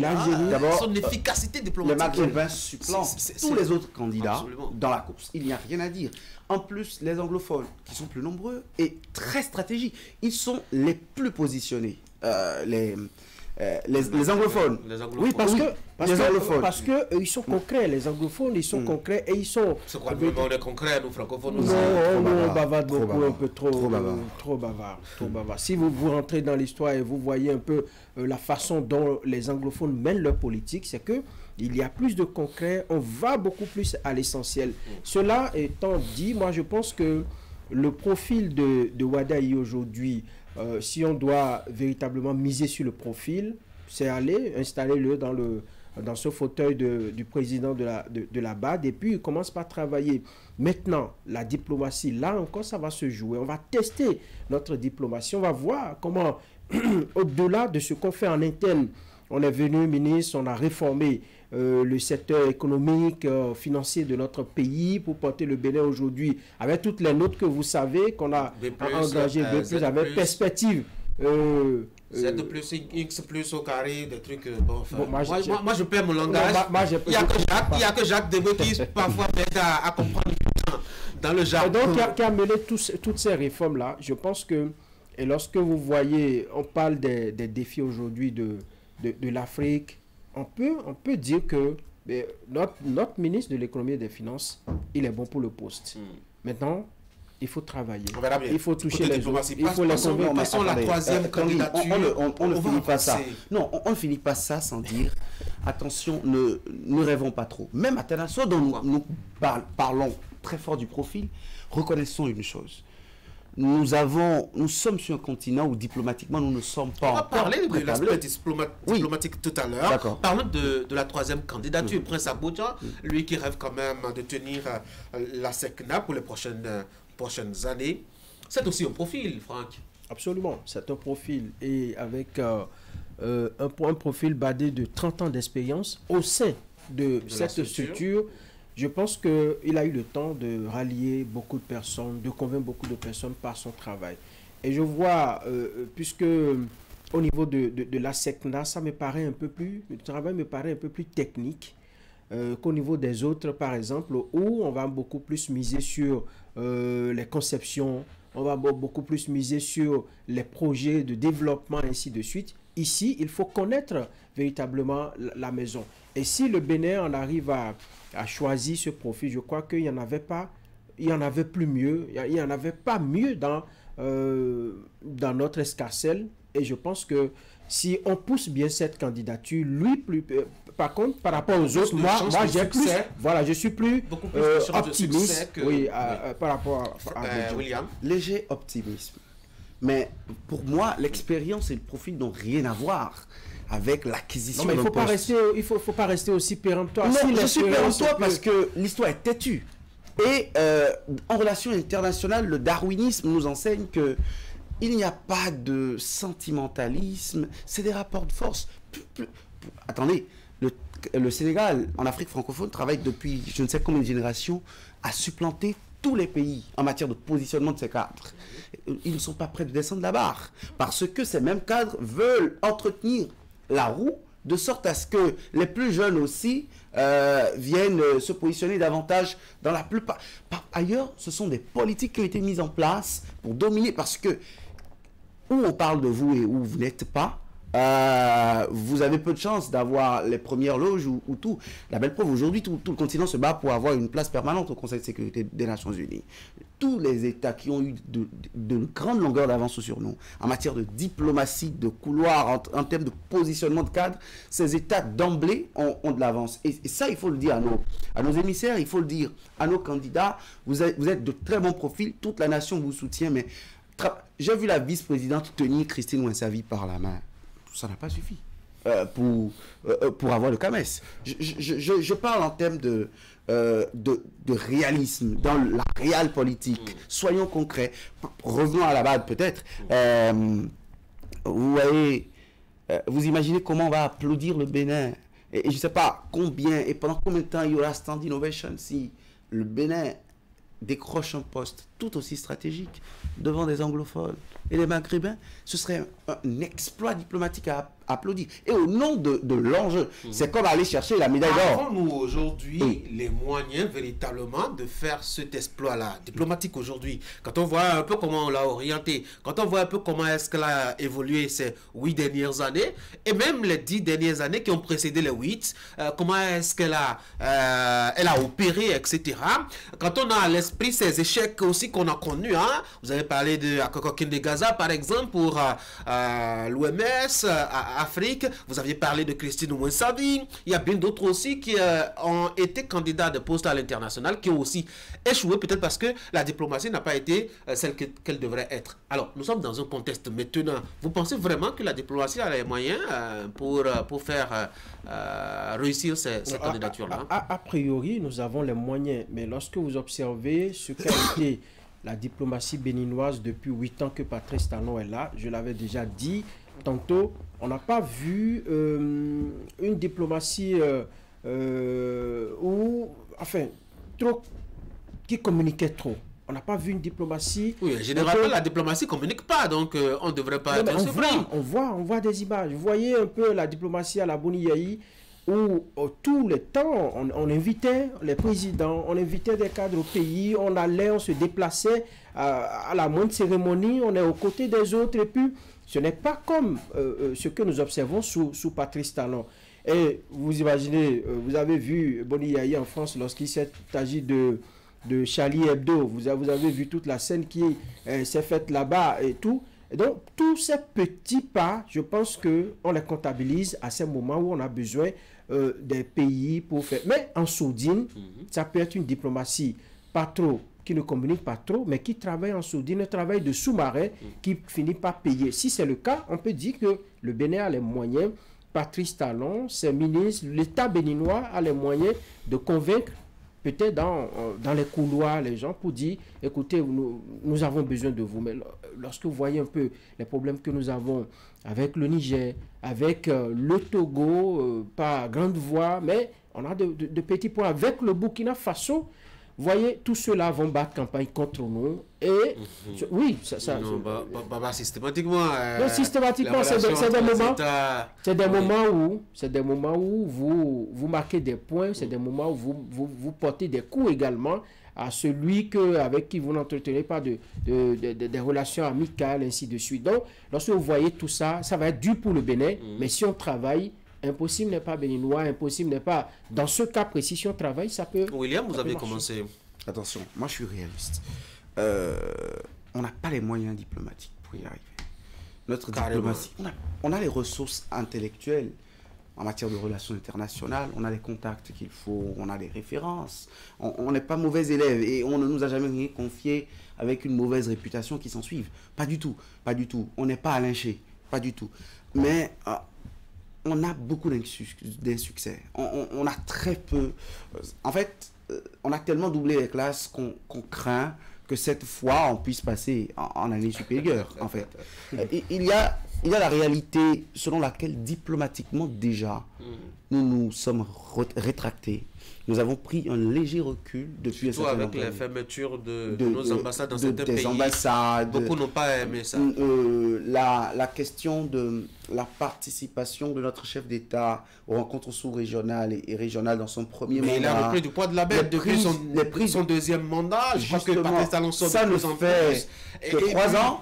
Et dans un agenda d'un État. 3 ans, c'est pas grand-chose. Et puis, il y a aussi d'autres démarches, d'autres décisions qui permettent de montrer quand même que Cotonou est ouvert aux autres. Vous voyez, par exemple, la gratuité, je dois dire, ou l'absence de visa pour venir à Cotonou, etc., qui concerne l'ensemble pratiquement des pays de l'Afrique. C'est quand même une façon de dire, nous ne sommes pas contre vous, nous sommes hospitaliers. Les meilleurs postes sur le continent, parmi les meilleurs postes du continent, ont les visas les plus complexes sur le continent. L'ouverture pour faire un même peuple, un même marché, ce n'est pas la même chose que faire de la diplomatie et placer les cadres. Vous voyez, regardez, le Nigeria s'entend, malgré la présence de l'Afrique du Sud, comme le poumon économique du continent, veut s'assumer comme tel. Et au nom de cela, est prêt à donner tous les moyens à ses cadres, les plus compétents, des plus compétents ou moins compétents, pour assumer l'hégémonie que cet État veut se faire sur le continent. Regardez d'abord le travail diplomatique que ces États font. Ensuite, dans la quête du profit. On a aujourd'hui des jokers qui peuvent faire le job. Sur la table, nous sommes de bons pignons à pouvoir positionner. Mais il y a l'État qui parle. Vous voyez, il y a la voix de l'État qui parle. Ensuite, la capacité de l'État à discuter, à faire les jeux de couloir. Et ça aussi, il faut de la méthode, il faut de l'expérience. Ceux qui le font depuis beaucoup d'années auront des longueurs d'avance toutes évidentes sur vous. Et je me dis, par contre, que les petites armes que nous avons à notre actif, c'est peut-être la phrase d'Emmanuel Mounier, qu'on adore. On peut peut-être s'en contenter. Mais je prophétise pas l'échec, mais je prône le réalisme. Je pense qu'au-delà de tout, entre États, on peut faire des concessions.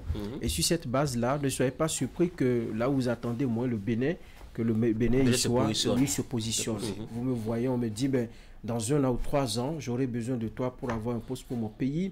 Aujourd'hui, je te concède ceci. Ou peut-être on concède, c'est pas moi, un marché à l'intérieur, à un opérateur économique de l'autre pays pour avoir sa voix, pour vous. Non, je pense que diplomatiquement, c'est plus au-delà.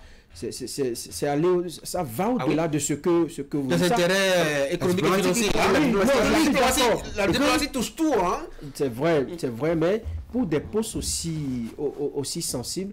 Et si, dans 1 an, la présidente changeait de main, lui peut venir avec une politique carrément qui soit contraire à la politique de celui avec qui vous avez négocié. Donc, il faut faire très attention. Les concessions dont je parle, c'est qu'on sait qu'au niveau des organisations sous-régionales et même à l'international, vous pouvez avoir besoin d'un pays A pour vous soutenir à avoir un tel poste, ou d'un pays B pour vous aider à avoir tel... Donc aujourd'hui, lui, il a besoin de vous.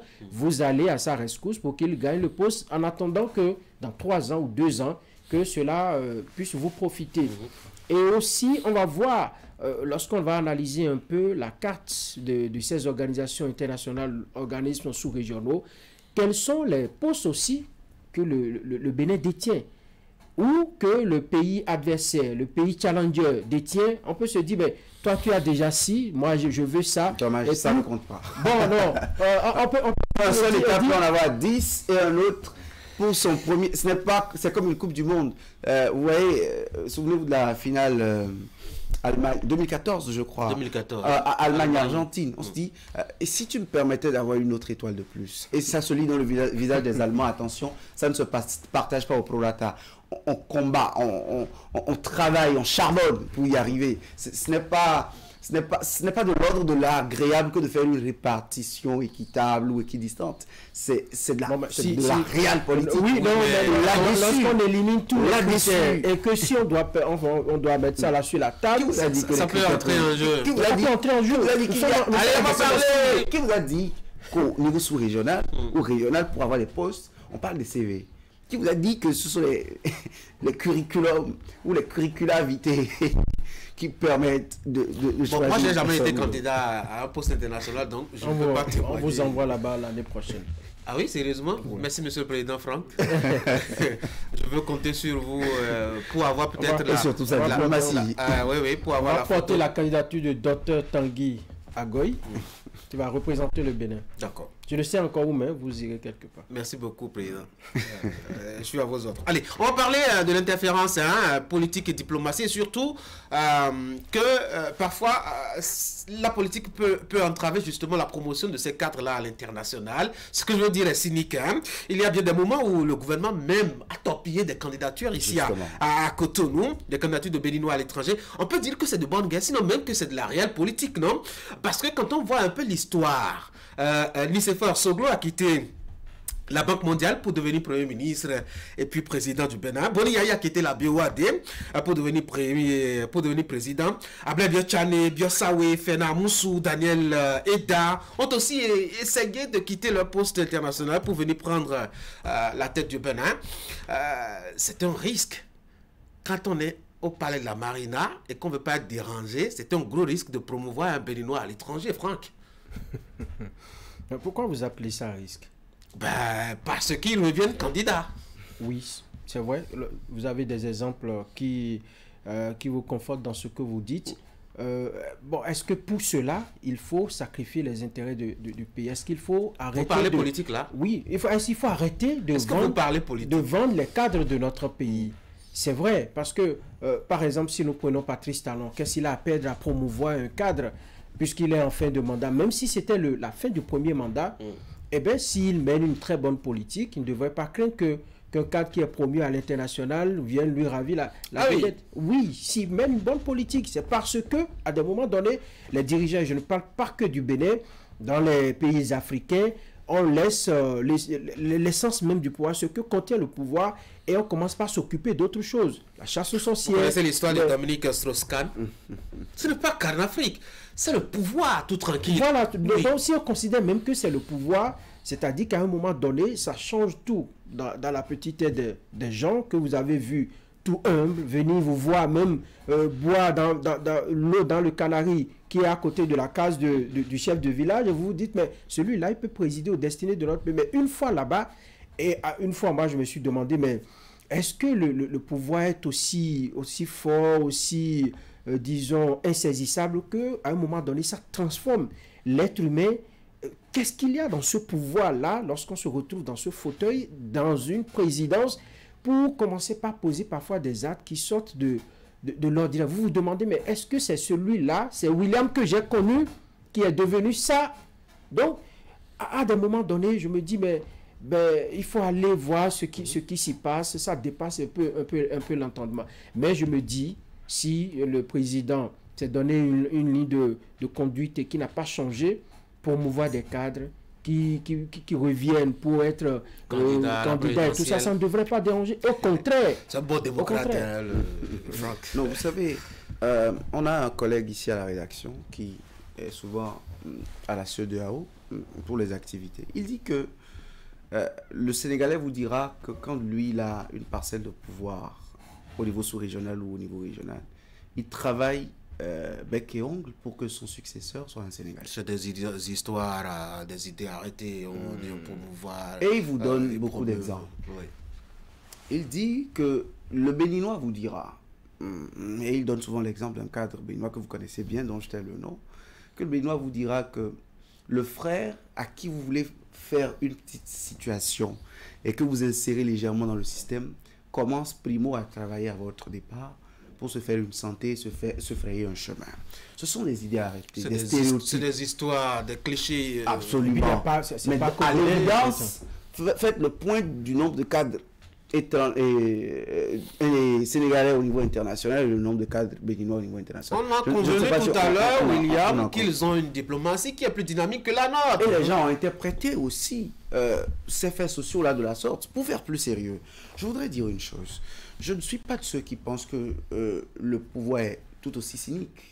Mais je suis réaliste aussi en politique. Les gens, et vous en avez parlé, pour une candidature, même si ça rehausse le nom du pays, pour 13 millions d'habitants, ou 13 millions de Béninois, pour les intérêts personnels d'un seul individu, on est capable d'empêcher les gens de prospérer. Ou parfois, si un élément devient dérangeant, et c'est ça, là parlons politique, si un élément devient un peu trop dérangeant, il y a trop les feux des projecteurs sur lui, il est soupçonné ou pressenti pour une chose ou l'autre, s'il est envoyé dans une institution régionale, c'est promouvoir, certes, ses compétences. Ça peut permettre de débarrasser le plancher.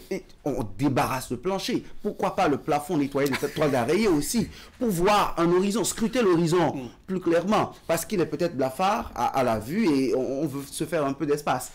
Dans ça, il faut analyser aussi le volet politique de la sorte. Maintenant, moi je dis une chose. Si les intrigues politiques peuvent nous amener à compter au niveau international beaucoup plus d'Abdoulaye Biol Tchane, tant mieux pour le pays. Si les intrigues à l'interne peuvent nous amener à compter, à positionner davantage des cadres béninois dans les instances, même à l'international, bravo pour nous. Maintenant, si cette nuisible perception humaine, pas que béninoise, pas qu'africaine, en politique, vous parliez de DSK tout à l'heure, bonjour à Nicolas Sarkozy. Attendez, si ça nuit d'abord au pays, ensuite, et ça doit nuire, ça ne doit pas profiter encore sinon toujours au pays, parce que entre-temps c'est la fuite des cerveaux, les plus intelligents ne se font pas de l'espace. Attention à ce que nous faisons alors. Et quand vous dites que les gens au niveau international reviennent plus forts, plus candidats, c'était au cours d'une époque qui continue, selon moi, l'époque des outsiders, l'époque de ce que, parce qu'on est allé se faire payer son salaire en dollars, selon les standards les plus réputés pendant un bon moment, et qu'on a un carnet d'adresses, voilà, on a beaucoup d'argent, et on a un carnet d'adresses suffisamment cohérent, on a des attaches, et surtout parce que ceux qui, entre-temps, tirent toujours les ficelles dans l'ombre pour avoir la tête de nos gouvernants, aiment aussi des gens avec qui ils peuvent discuter, des gens qui ont franchi les paliers de quelques petites réticences, qui savent comment le monde fonctionne, qui ont déjà vu, qu'ils ont pu déjà croiser dans les yeux. Pendant qu'on y est. Merci pour vos interruptions. Oui, allez, parce que Tanguy il a consulté son... Oui, il est 8h44. On doit arrêter en principe les discussions, même si j'ai un dernier volet. Oui, pendant qu'on y est, vous savez, c'est humain. Lorsque, par exemple, vous aspirez à un poste à l'international, vous aspirez à un poste qui va grandir votre nom. En interne, vous êtes venu faire la politique, vous avez dérangé le monsieur politiquement. C'est de bonne guerre, hein, politiquement pendant 5 ans. Il ne dormait pas à cause de vous. C'est vous qui avez les gros dossiers, vous les sortez, vous appuyez sur l'accélérateur, vous voulez que les choses changent, mais politiquement, vous avez donné une insomnie au monsieur qui est à la tête de l'État. Et qu'une opportunité comme ça se présente, on dit, l'État doit porter la candidature de Ins qui a eu le temps de perturber le sommeil du monsieur pendant 5 ou 6 ans, je ne sais quoi. Mais ne vous attendez quand même pas à ce qu'il vous appelle pour vous embrasser, pour dire, écoute, prends toutes les armes pour aller encore te refaire une certaine santé.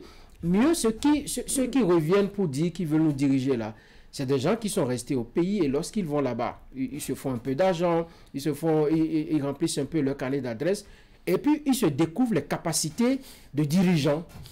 Vous avez vu, ils reviennent là, et c'est eux qui ont des philosophies de, on va vous dire, conscience verte, conscience et marron, chocolat. Il faut qu'on change les choses, on va dire. Nous parlons de politique et de relations diplomatiques.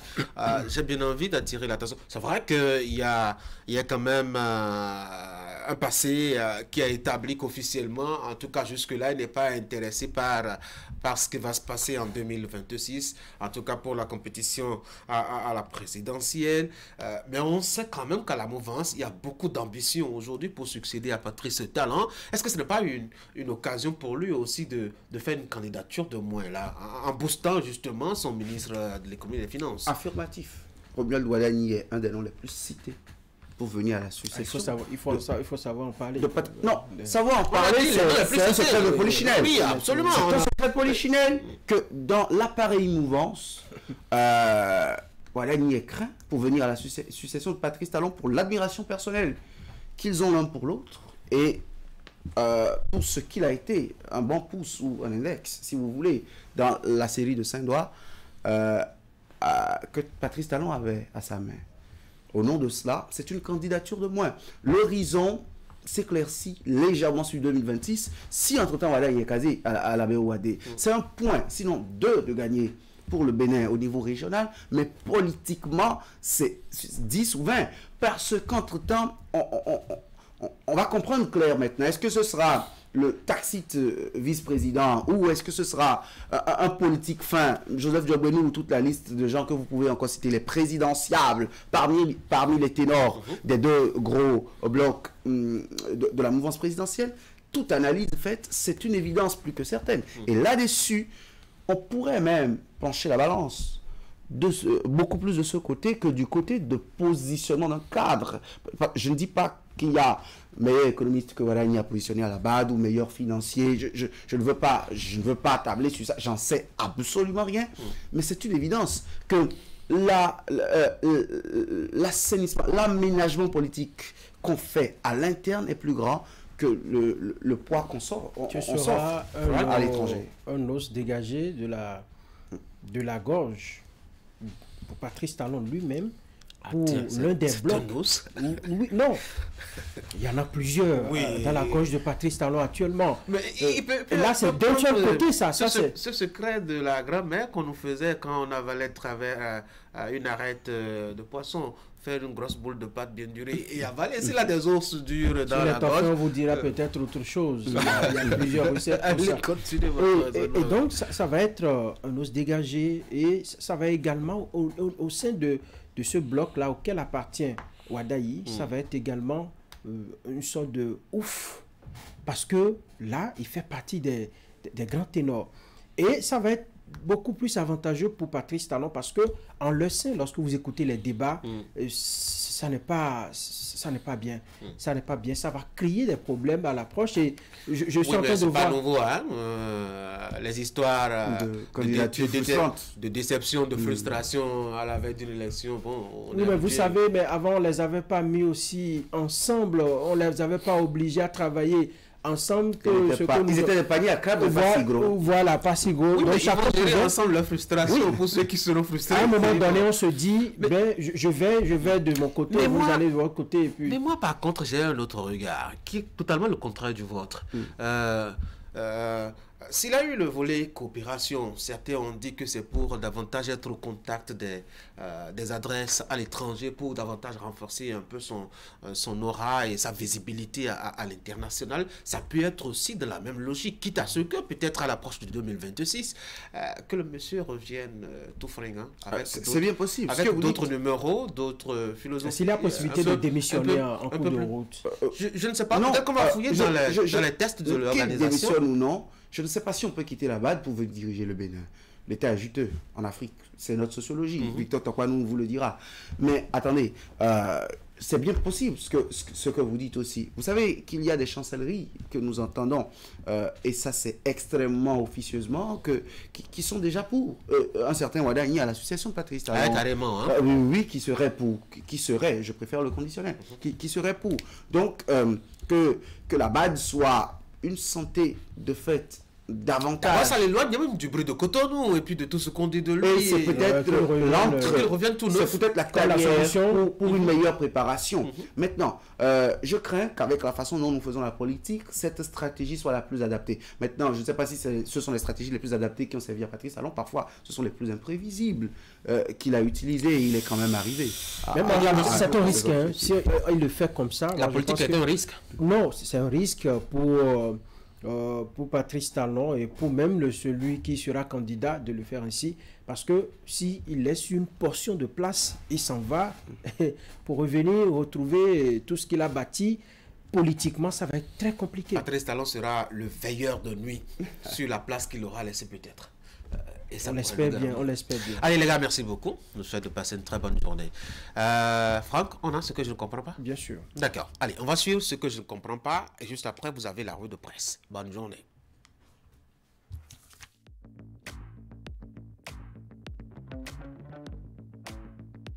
Profitez des Corsair Days et envolez-vous vers Paris et 19 villes de province à partir de 421 460 CFA aller-retour hors frais de service. Alors retrouvez-nous vite sur flycorsair.com et en agence de voyage. Corsair, voyagez en bonne compagnie.